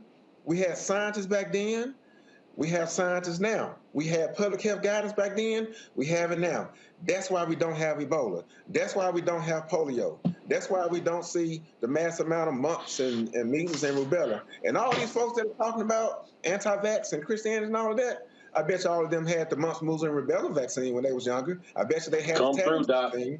So let's stop talking about religion because it's not about spirituality. It's not about religion. It's about making excuses because you have an issue with control and you have yet to look in the mirror and realize that you are more married to politics than you are to purpose. In America, we're supposed to be about selfless. We're supposed to be about altruism. We're supposed to be about all of these things. In reality, it's just about self.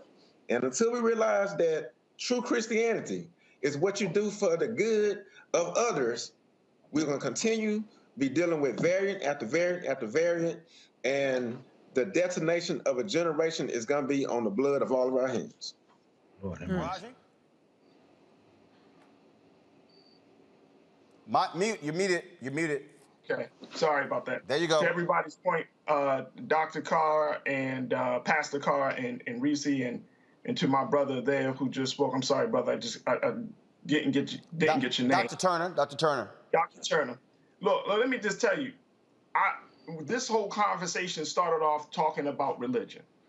And at this point, based upon the historical evidence, based upon new information coming out, rather it's about this vaccine and how this whole thing is being handled, based upon the stories of women who say that this vaccine has dysregulated their menstrual cycles to other issues that people have gotten, we can't put our faith, full-blown faith, and I'm going to just say this, and I know people are going to be upset with me, but it is what it is. It's hard for me to put my faith in this country's, in the United States of America, and this government, in a time like this. Now, does that mean that I don't want to see us get cured from COVID? No, that does not mean that. I want us to live. I want us to get through COVID. I really do. But I also don't want us to get so wrapped up in whatever the narrative that is currently out there to the point that we're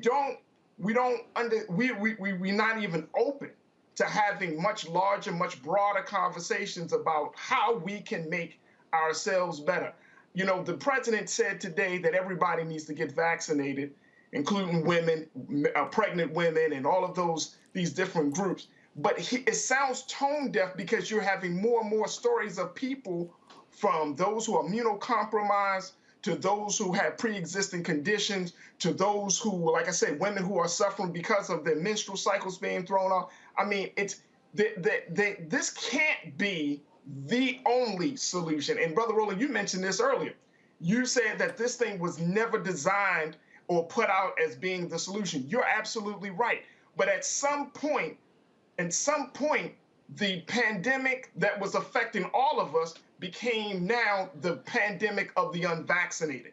At some point, the pandemic that was affecting all of us became this pandemic that was just so wrapped up in, based upon the ignorance of other people. And that's not fair. That's not fair, especially since we all have been suffering under this pandemic. So now you got black families going to war with other black family members over a vaccine from an institution of the United States government that has been known to kill and destroy black people in this damn country, and has been known to make us stool pigeons, and has been known to make us to be guinea pigs. And we go so hard in the paint right now, but not understanding the moment that we're in, to show that our people, that there's other ways. I'm not discrediting anybody's intelligence or brilliance. And I know that deep down inside, it's based upon the hope that we can get through this. But this devil is real in America. And we can't act as if the United States government has not tried to kill off black people wholesale. So, I can't have faith in that. I can't have faith in it. So let me go ahead, Doc. Go ahead. Yeah, I apologize, brother. I appreciate your passion, and I appreciate where you're coming from, because I've had plenty of patients to come in and share all of that, man. Let me tell you this, man.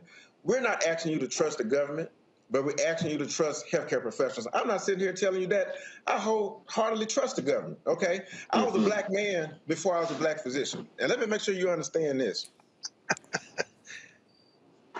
Here, with this whole COVID thing, blacks are 3 times as likely to get COVID compared to any other ethnicity. We are twice as likely to die from COVID compared to any ethnicity. That ain't even discussing the fact that we had all of these pre-existing health disparities before COVID even showed up. I may not even supposed to even say this on air, man, but I just talked to a nurse who basically is in another state that I'm not going to mention, who had a black patient that came in, who had COVID, who was sitting there with oxygen levels that was dropped down below 40s, and the nurse laughed about it and basically prejudged this particular person as she went on with her peers. You acting like it's equal health care right now in the hospital. No, it's not. The best thing you need to do is not go to the hospital. You talking about there's other ways to be able to help. Listen, the vaccine is the biggest tool that you have in the toolbox. Yes, mass help. Yes, eating healthy help. But let me explain that, because you probably heard, because you said that the vaccine was experimental, although it's been FDA approved by Pfizer. You probably heard this study in Israel that talked about natural immunity being better than the vaccine. Let me clarify that right now, okay? In this particular study in Israel, what it particularly showed was anyone who has had COVID and got a vaccine, just one dose of the vaccine, it was more superior to someone who has not had COVID and had 2 vaccines. The conclusion from the study is natural immunity that has been produced after you have had COVID is better than not having COVID and having 2 vaccines. So someone who's had COVID, do they still need to have 2 doses or can they have 1 dose? That study didn't say that natural immunity in general is better. So people misheard that study just like you and concluded that, okay, I just need to eat healthy and I need to exercise. Those things are the minimum you should be doing. We've been promoting that, but folks want to listen. They just want to get Adipex and think that they're just going to get a weight loss surgery and get better. All right? So understand that there's people out there like myself, there's white people and other people that realize that, yeah, we're not where we need to be, but brother, we've come a long way since Tuskegee. And we're not where we need to be, but this is not it. And we really need to stop acting like it, because this thing is ravaging our communities. At one point in Mississippi, over 70% of the people that was being diagnosed with COVID looked like me and you, man. Over 60% of the deaths that was ravaging our community, those were us. So I led a coalition here in Mississippi. We got connected with every HBCU, Jackson State, Alcorn Valley, Russ. I got with Dr. Dobbs, our state health director. We had blacks that was showing up at the ER and they wouldn't even give them a COVID test. We got all of that fixed. We took the COVID testing to the community. We went to the hood. We went to doors and did all of that. And now the percentage of people in Mississippi who are getting COVID and suffering is more consistent with the population. So yes, we understand where you're coming from. The fight is still on, but please don't think that this particular situation is intentionally done to destroy the black community, because this ain't it, man. So can I say something about pregnancy? Can I say say something about pregnancy? Reese, go ahead. I just want to say, I am a woman who went through a pregnancy during a pandemic, and it was traumatic. The one thing that OBGYN said every time is don't get COVID. I was holed up in the house. I didn't go nowhere. I didn't do nothing. Nobody came over here. All kind of people was pissed off at me. But I said, all the thing y'all got for me, if something happens to my baby or me, is thoughts and prayers. And that ain't good enough for me. And thank God I had my baby healthy with a mask on in the hospital, getting my stomach tore open, okay? And she's here and she's alive and healthy and thriving. The facts of the matter is, in the state of Mississippi alone, 8 pregnant women have died in the past several weeks. The state director there said that the fetal deaths after 20 weeks is doubling in pregnant women who have COVID. COVID is safe for pregnant women. The COVID vaccine, let me be clear. The vaccine is safe for pregnant women. My sister is pregnant and she has the vaccine. There's a baby shower that's been this weekend in my family and gender reveals. Now, I ain't going to no big ass event, but those girls are vaccinated, okay? And they are going to have their babies. They're having healthy pregnancies. A nursing mother is recommended to be vaccinated. I got the vaccine as soon as I had my baby, and I've nursed my baby, and she's still healthy. She's hitting every target. She's 97th percentile in terms of her height. She's good on her weight. She's healthy. She's a nice little chunky baby. And that's fine. Okay, so what I really don't want this conversation to turn into, because I know there's disinformation about, oh, the vaccines are making women spontaneously start their period. Every woman spontaneously starts her period. We don't have a timer that says, I know my period started at 11 o'clock. It's spontaneous, duh. So, but what I'm saying is, let's not do this thing about pregnant women and the vaccines, when the fact of the matter is, if you're a pregnant woman and you get COVID, you are very likely to have very detrimental consequences. That's been known from the get-go. So I'm not saying take my medical advice. I'm not the doctor, Dr. Turner. You can take that away. But from all the studies, it is safe for pregnant women and nursing mothers to get the vaccine, and it's recommended that you do so. So let me button this up, if you will. Faraja, you made the point that we should be having a larger, broader conversation. this conversation has literally gone on for almost 40 minutes. That's exactly what this is. That is the conversation. Here we have PhD. Here we have Sister, Black Women's Views. Here we have a medical doctor. Here we have you as a radio talk show host. Here we have a pastor. We got a broad section of black folks here. Different perspectives, different backgrounds. You're Muslim. We've got Christians. I don't know. Somebody here could be atheist. Bottom line is this here. You know, but bottom line is you have all of these things going on. This has nothing to do with putting all of trust into the federal government. No one's putting their trust into the federal government. But the reality is this here. We, from the beginning on this show, had said, we are going to put our trust in black doctors and scientists. Now, if I have to make a decision, and we know for a fact, right now we know for a fact, that with the opioid crisis, white doctors and their racism, where they were not prescribing opioids to black people. We know for a fact that black women are dying and their children are dying because white doctors are misdiagnosing them and not listening to them. We know for a fact that black people get better health care from black medical practitioners. That's why the black woman who's head of the American Medical Association, the largest medical group, we've had her on the show. That's why the Black Doctors Group is called the National Medical Association. We've had them on the show. That's why we featured numerous black doctors, black scientists from HBCUs. Here is the question that we as black people have got to answer.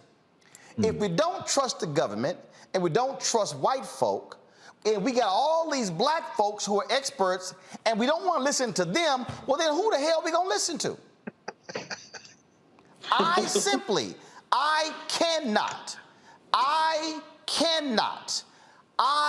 will not listen to people who are not trained in this area.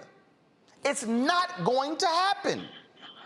I will not ask somebody to pray for me who don't know how to pray. I am not asking somebody who cannot cook to please fix me a meal. I am not going to ask somebody who don't know shit about lighting to install lighting in my studio. I am never, anybody watching me, we will never ask somebody who don't know a damn thing about cars on how to repair our car. Right. We are not going to go to a lawyer for a root canal. We're not going to go to a dentist to file a lawsuit. So we're now left at this point where we have to make a determination: who are we going to listen to? Where are we going to get our information from? And how are we going to distill the facts? Dr. Carter laid out the facts when it comes to that Israeli study.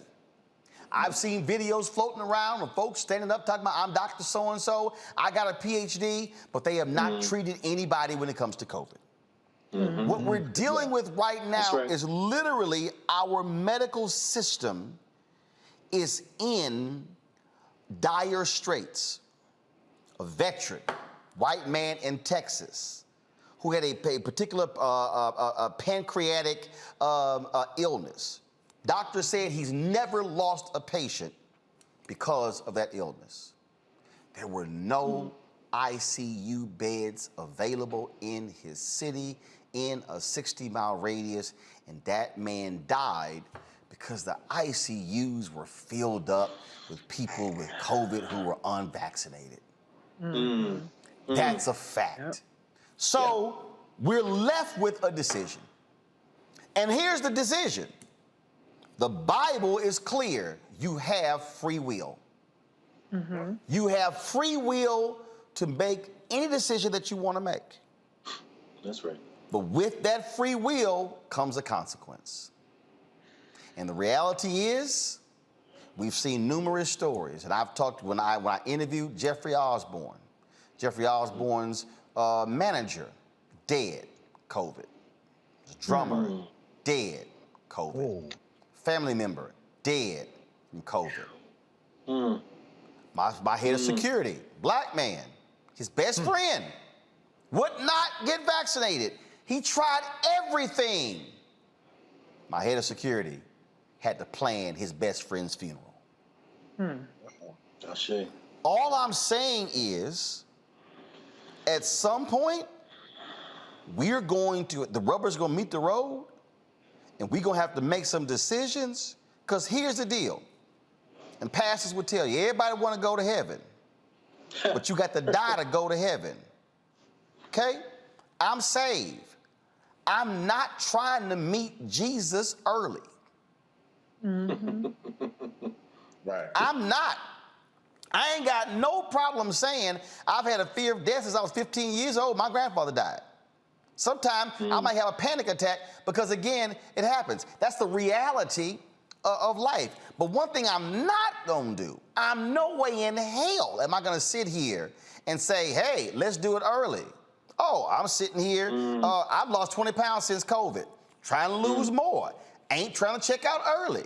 So if we, on one hand, are encouraging healthy lifestyles, if we're encouraging exercise, if we're encouraging, hell, we got folks out here right now prescribing vitamins and don't know what's in it.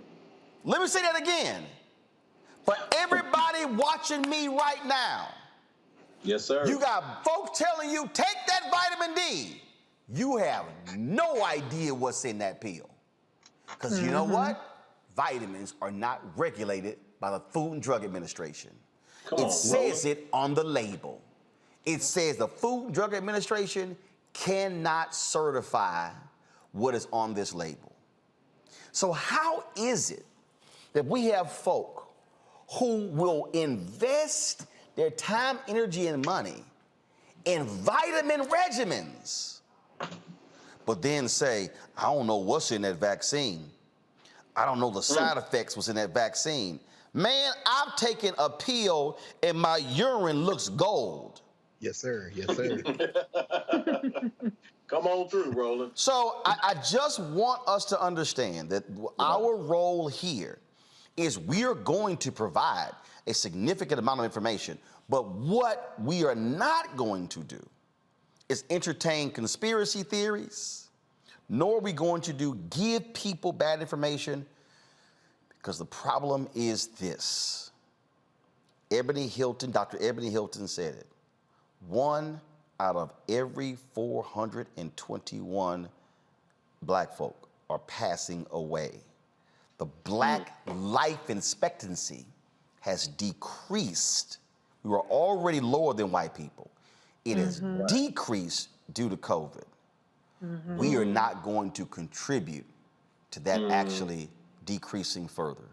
And so what I want us to do is not to get caught up in, and I'm just being straight up. I'm being straight up. If every person who's sitting here concerned about the stock price and the valuation of Pfizer and Moderna, do understand Pfizer and Moderna, their valuation ain't as high as Exxon's. It's not as high as Apple's. It's not as high as Google's. So all of a sudden, now we're talking about, well, who's making money? You can't show me anything in America where somebody not making money. But what I can show you is, who's also making a whole bunch of money? Funeral homes. Funeral homes. Yes, sir. Yes, sir. Funeral homes are operating at profit margins at an all-time high. They're running COVID specials now, brother. If we want to talk about who's getting paid with COVID, those who are digging graves are working around the clock. I'm saying, let's stop the madness and let's ensure that our people or making sure that we're taking care of ourselves and getting healthy. And the last point, white folks taking the same vaccine. So guess what? This ain't about let's take out black people. Because you know what? My CFO from Chicago, when she went to get her shot, you know what she told me? She went to a Walmart on the south side of Chicago on, I think it's on 82nd Street. Black There's as hell. 200 people in line. Yes, sir. 190 of them were white. She Yes, said, sir. I ain't never seen Yes, this sir. many white people at a Walmart on 82nd Street on the south side of Chicago ever. They were in line for that vaccine. So I just want us to understand what's going on here. And again, if you choose not to take the vaccine, that is your prerogative.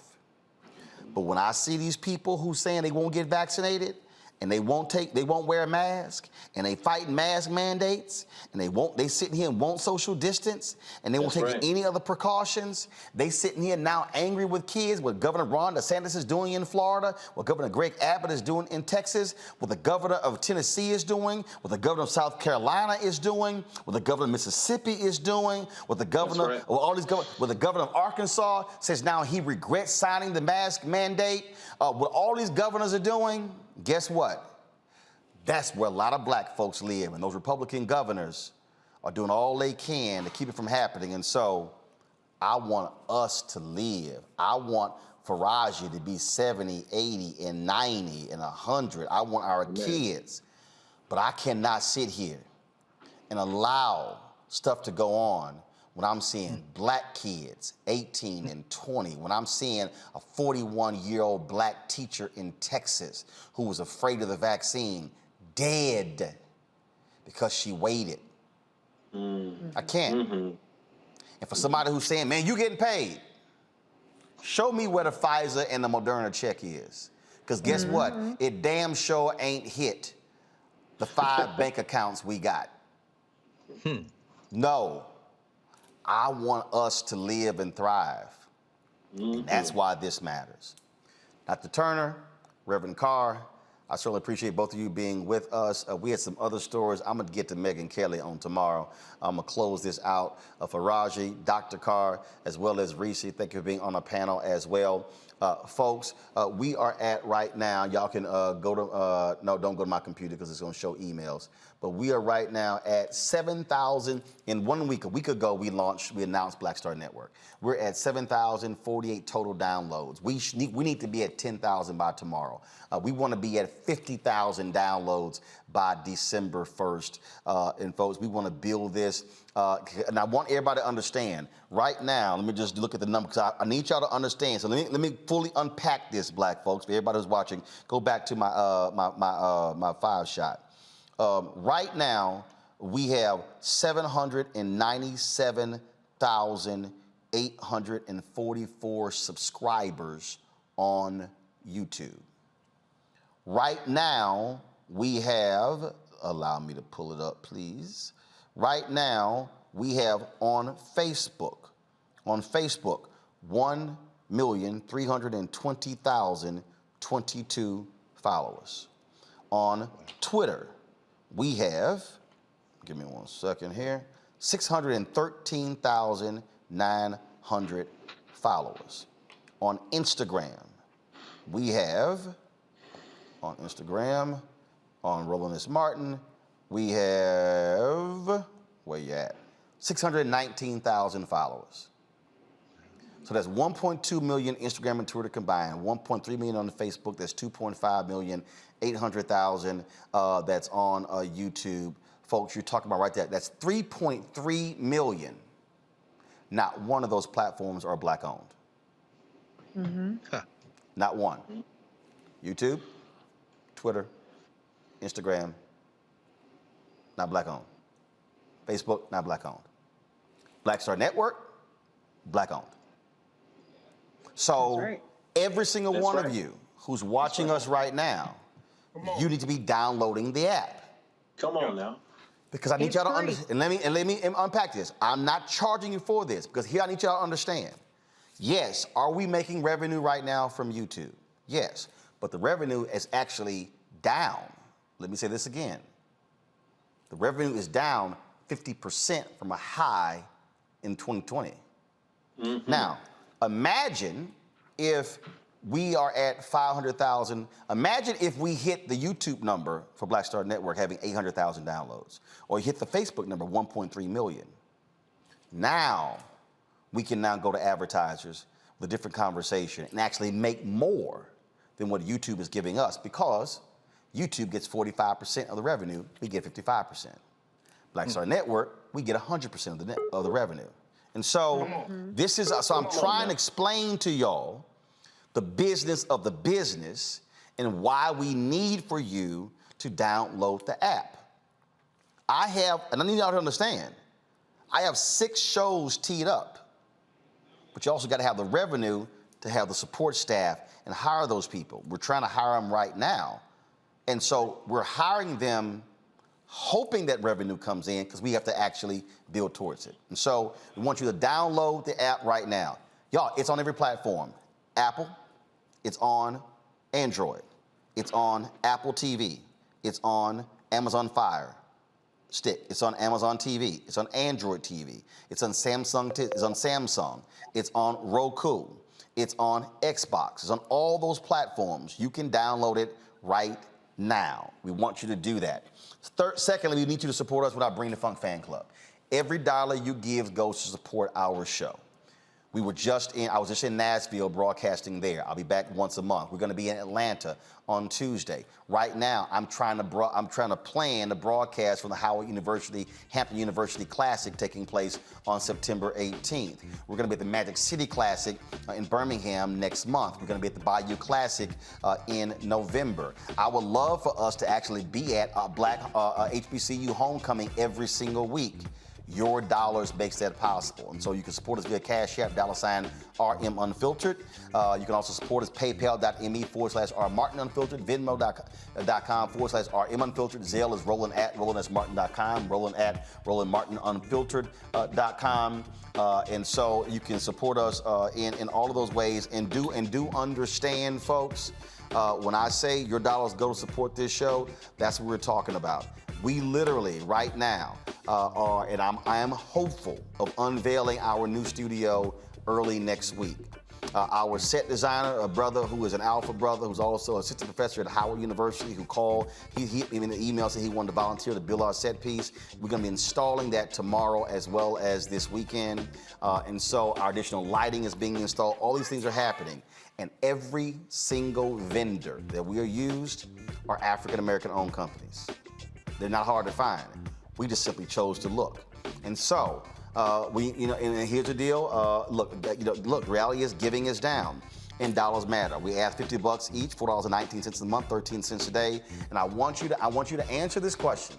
With the information that we give you every single day on this show, it's literally costing you 13 cents a day.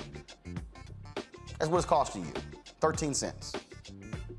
If you gave $50, and if you said, I'm gonna give 10 now, 10 3 months from now, 10, 10, 10, that's fine. If you ain't got 10 right now, we've got people giving us $1, $5. We appreciate every single one of our donors, because we're building something here that's not just about me, it's not just about our panelists, but think about it. When we build this show and build a network, and we have 6, 8, 10, 12 shows, and we have 20, 30, 40, 50 staffers, and then we're supporting numerous other companies, that's called Black collective economics. So we are actually practicing what we've always preached. Everybody can say that. So folks, we appreciate it. Download Black Star Network. Please join our Bring the Funk fan club. I'll see you tomorrow right here. Ho!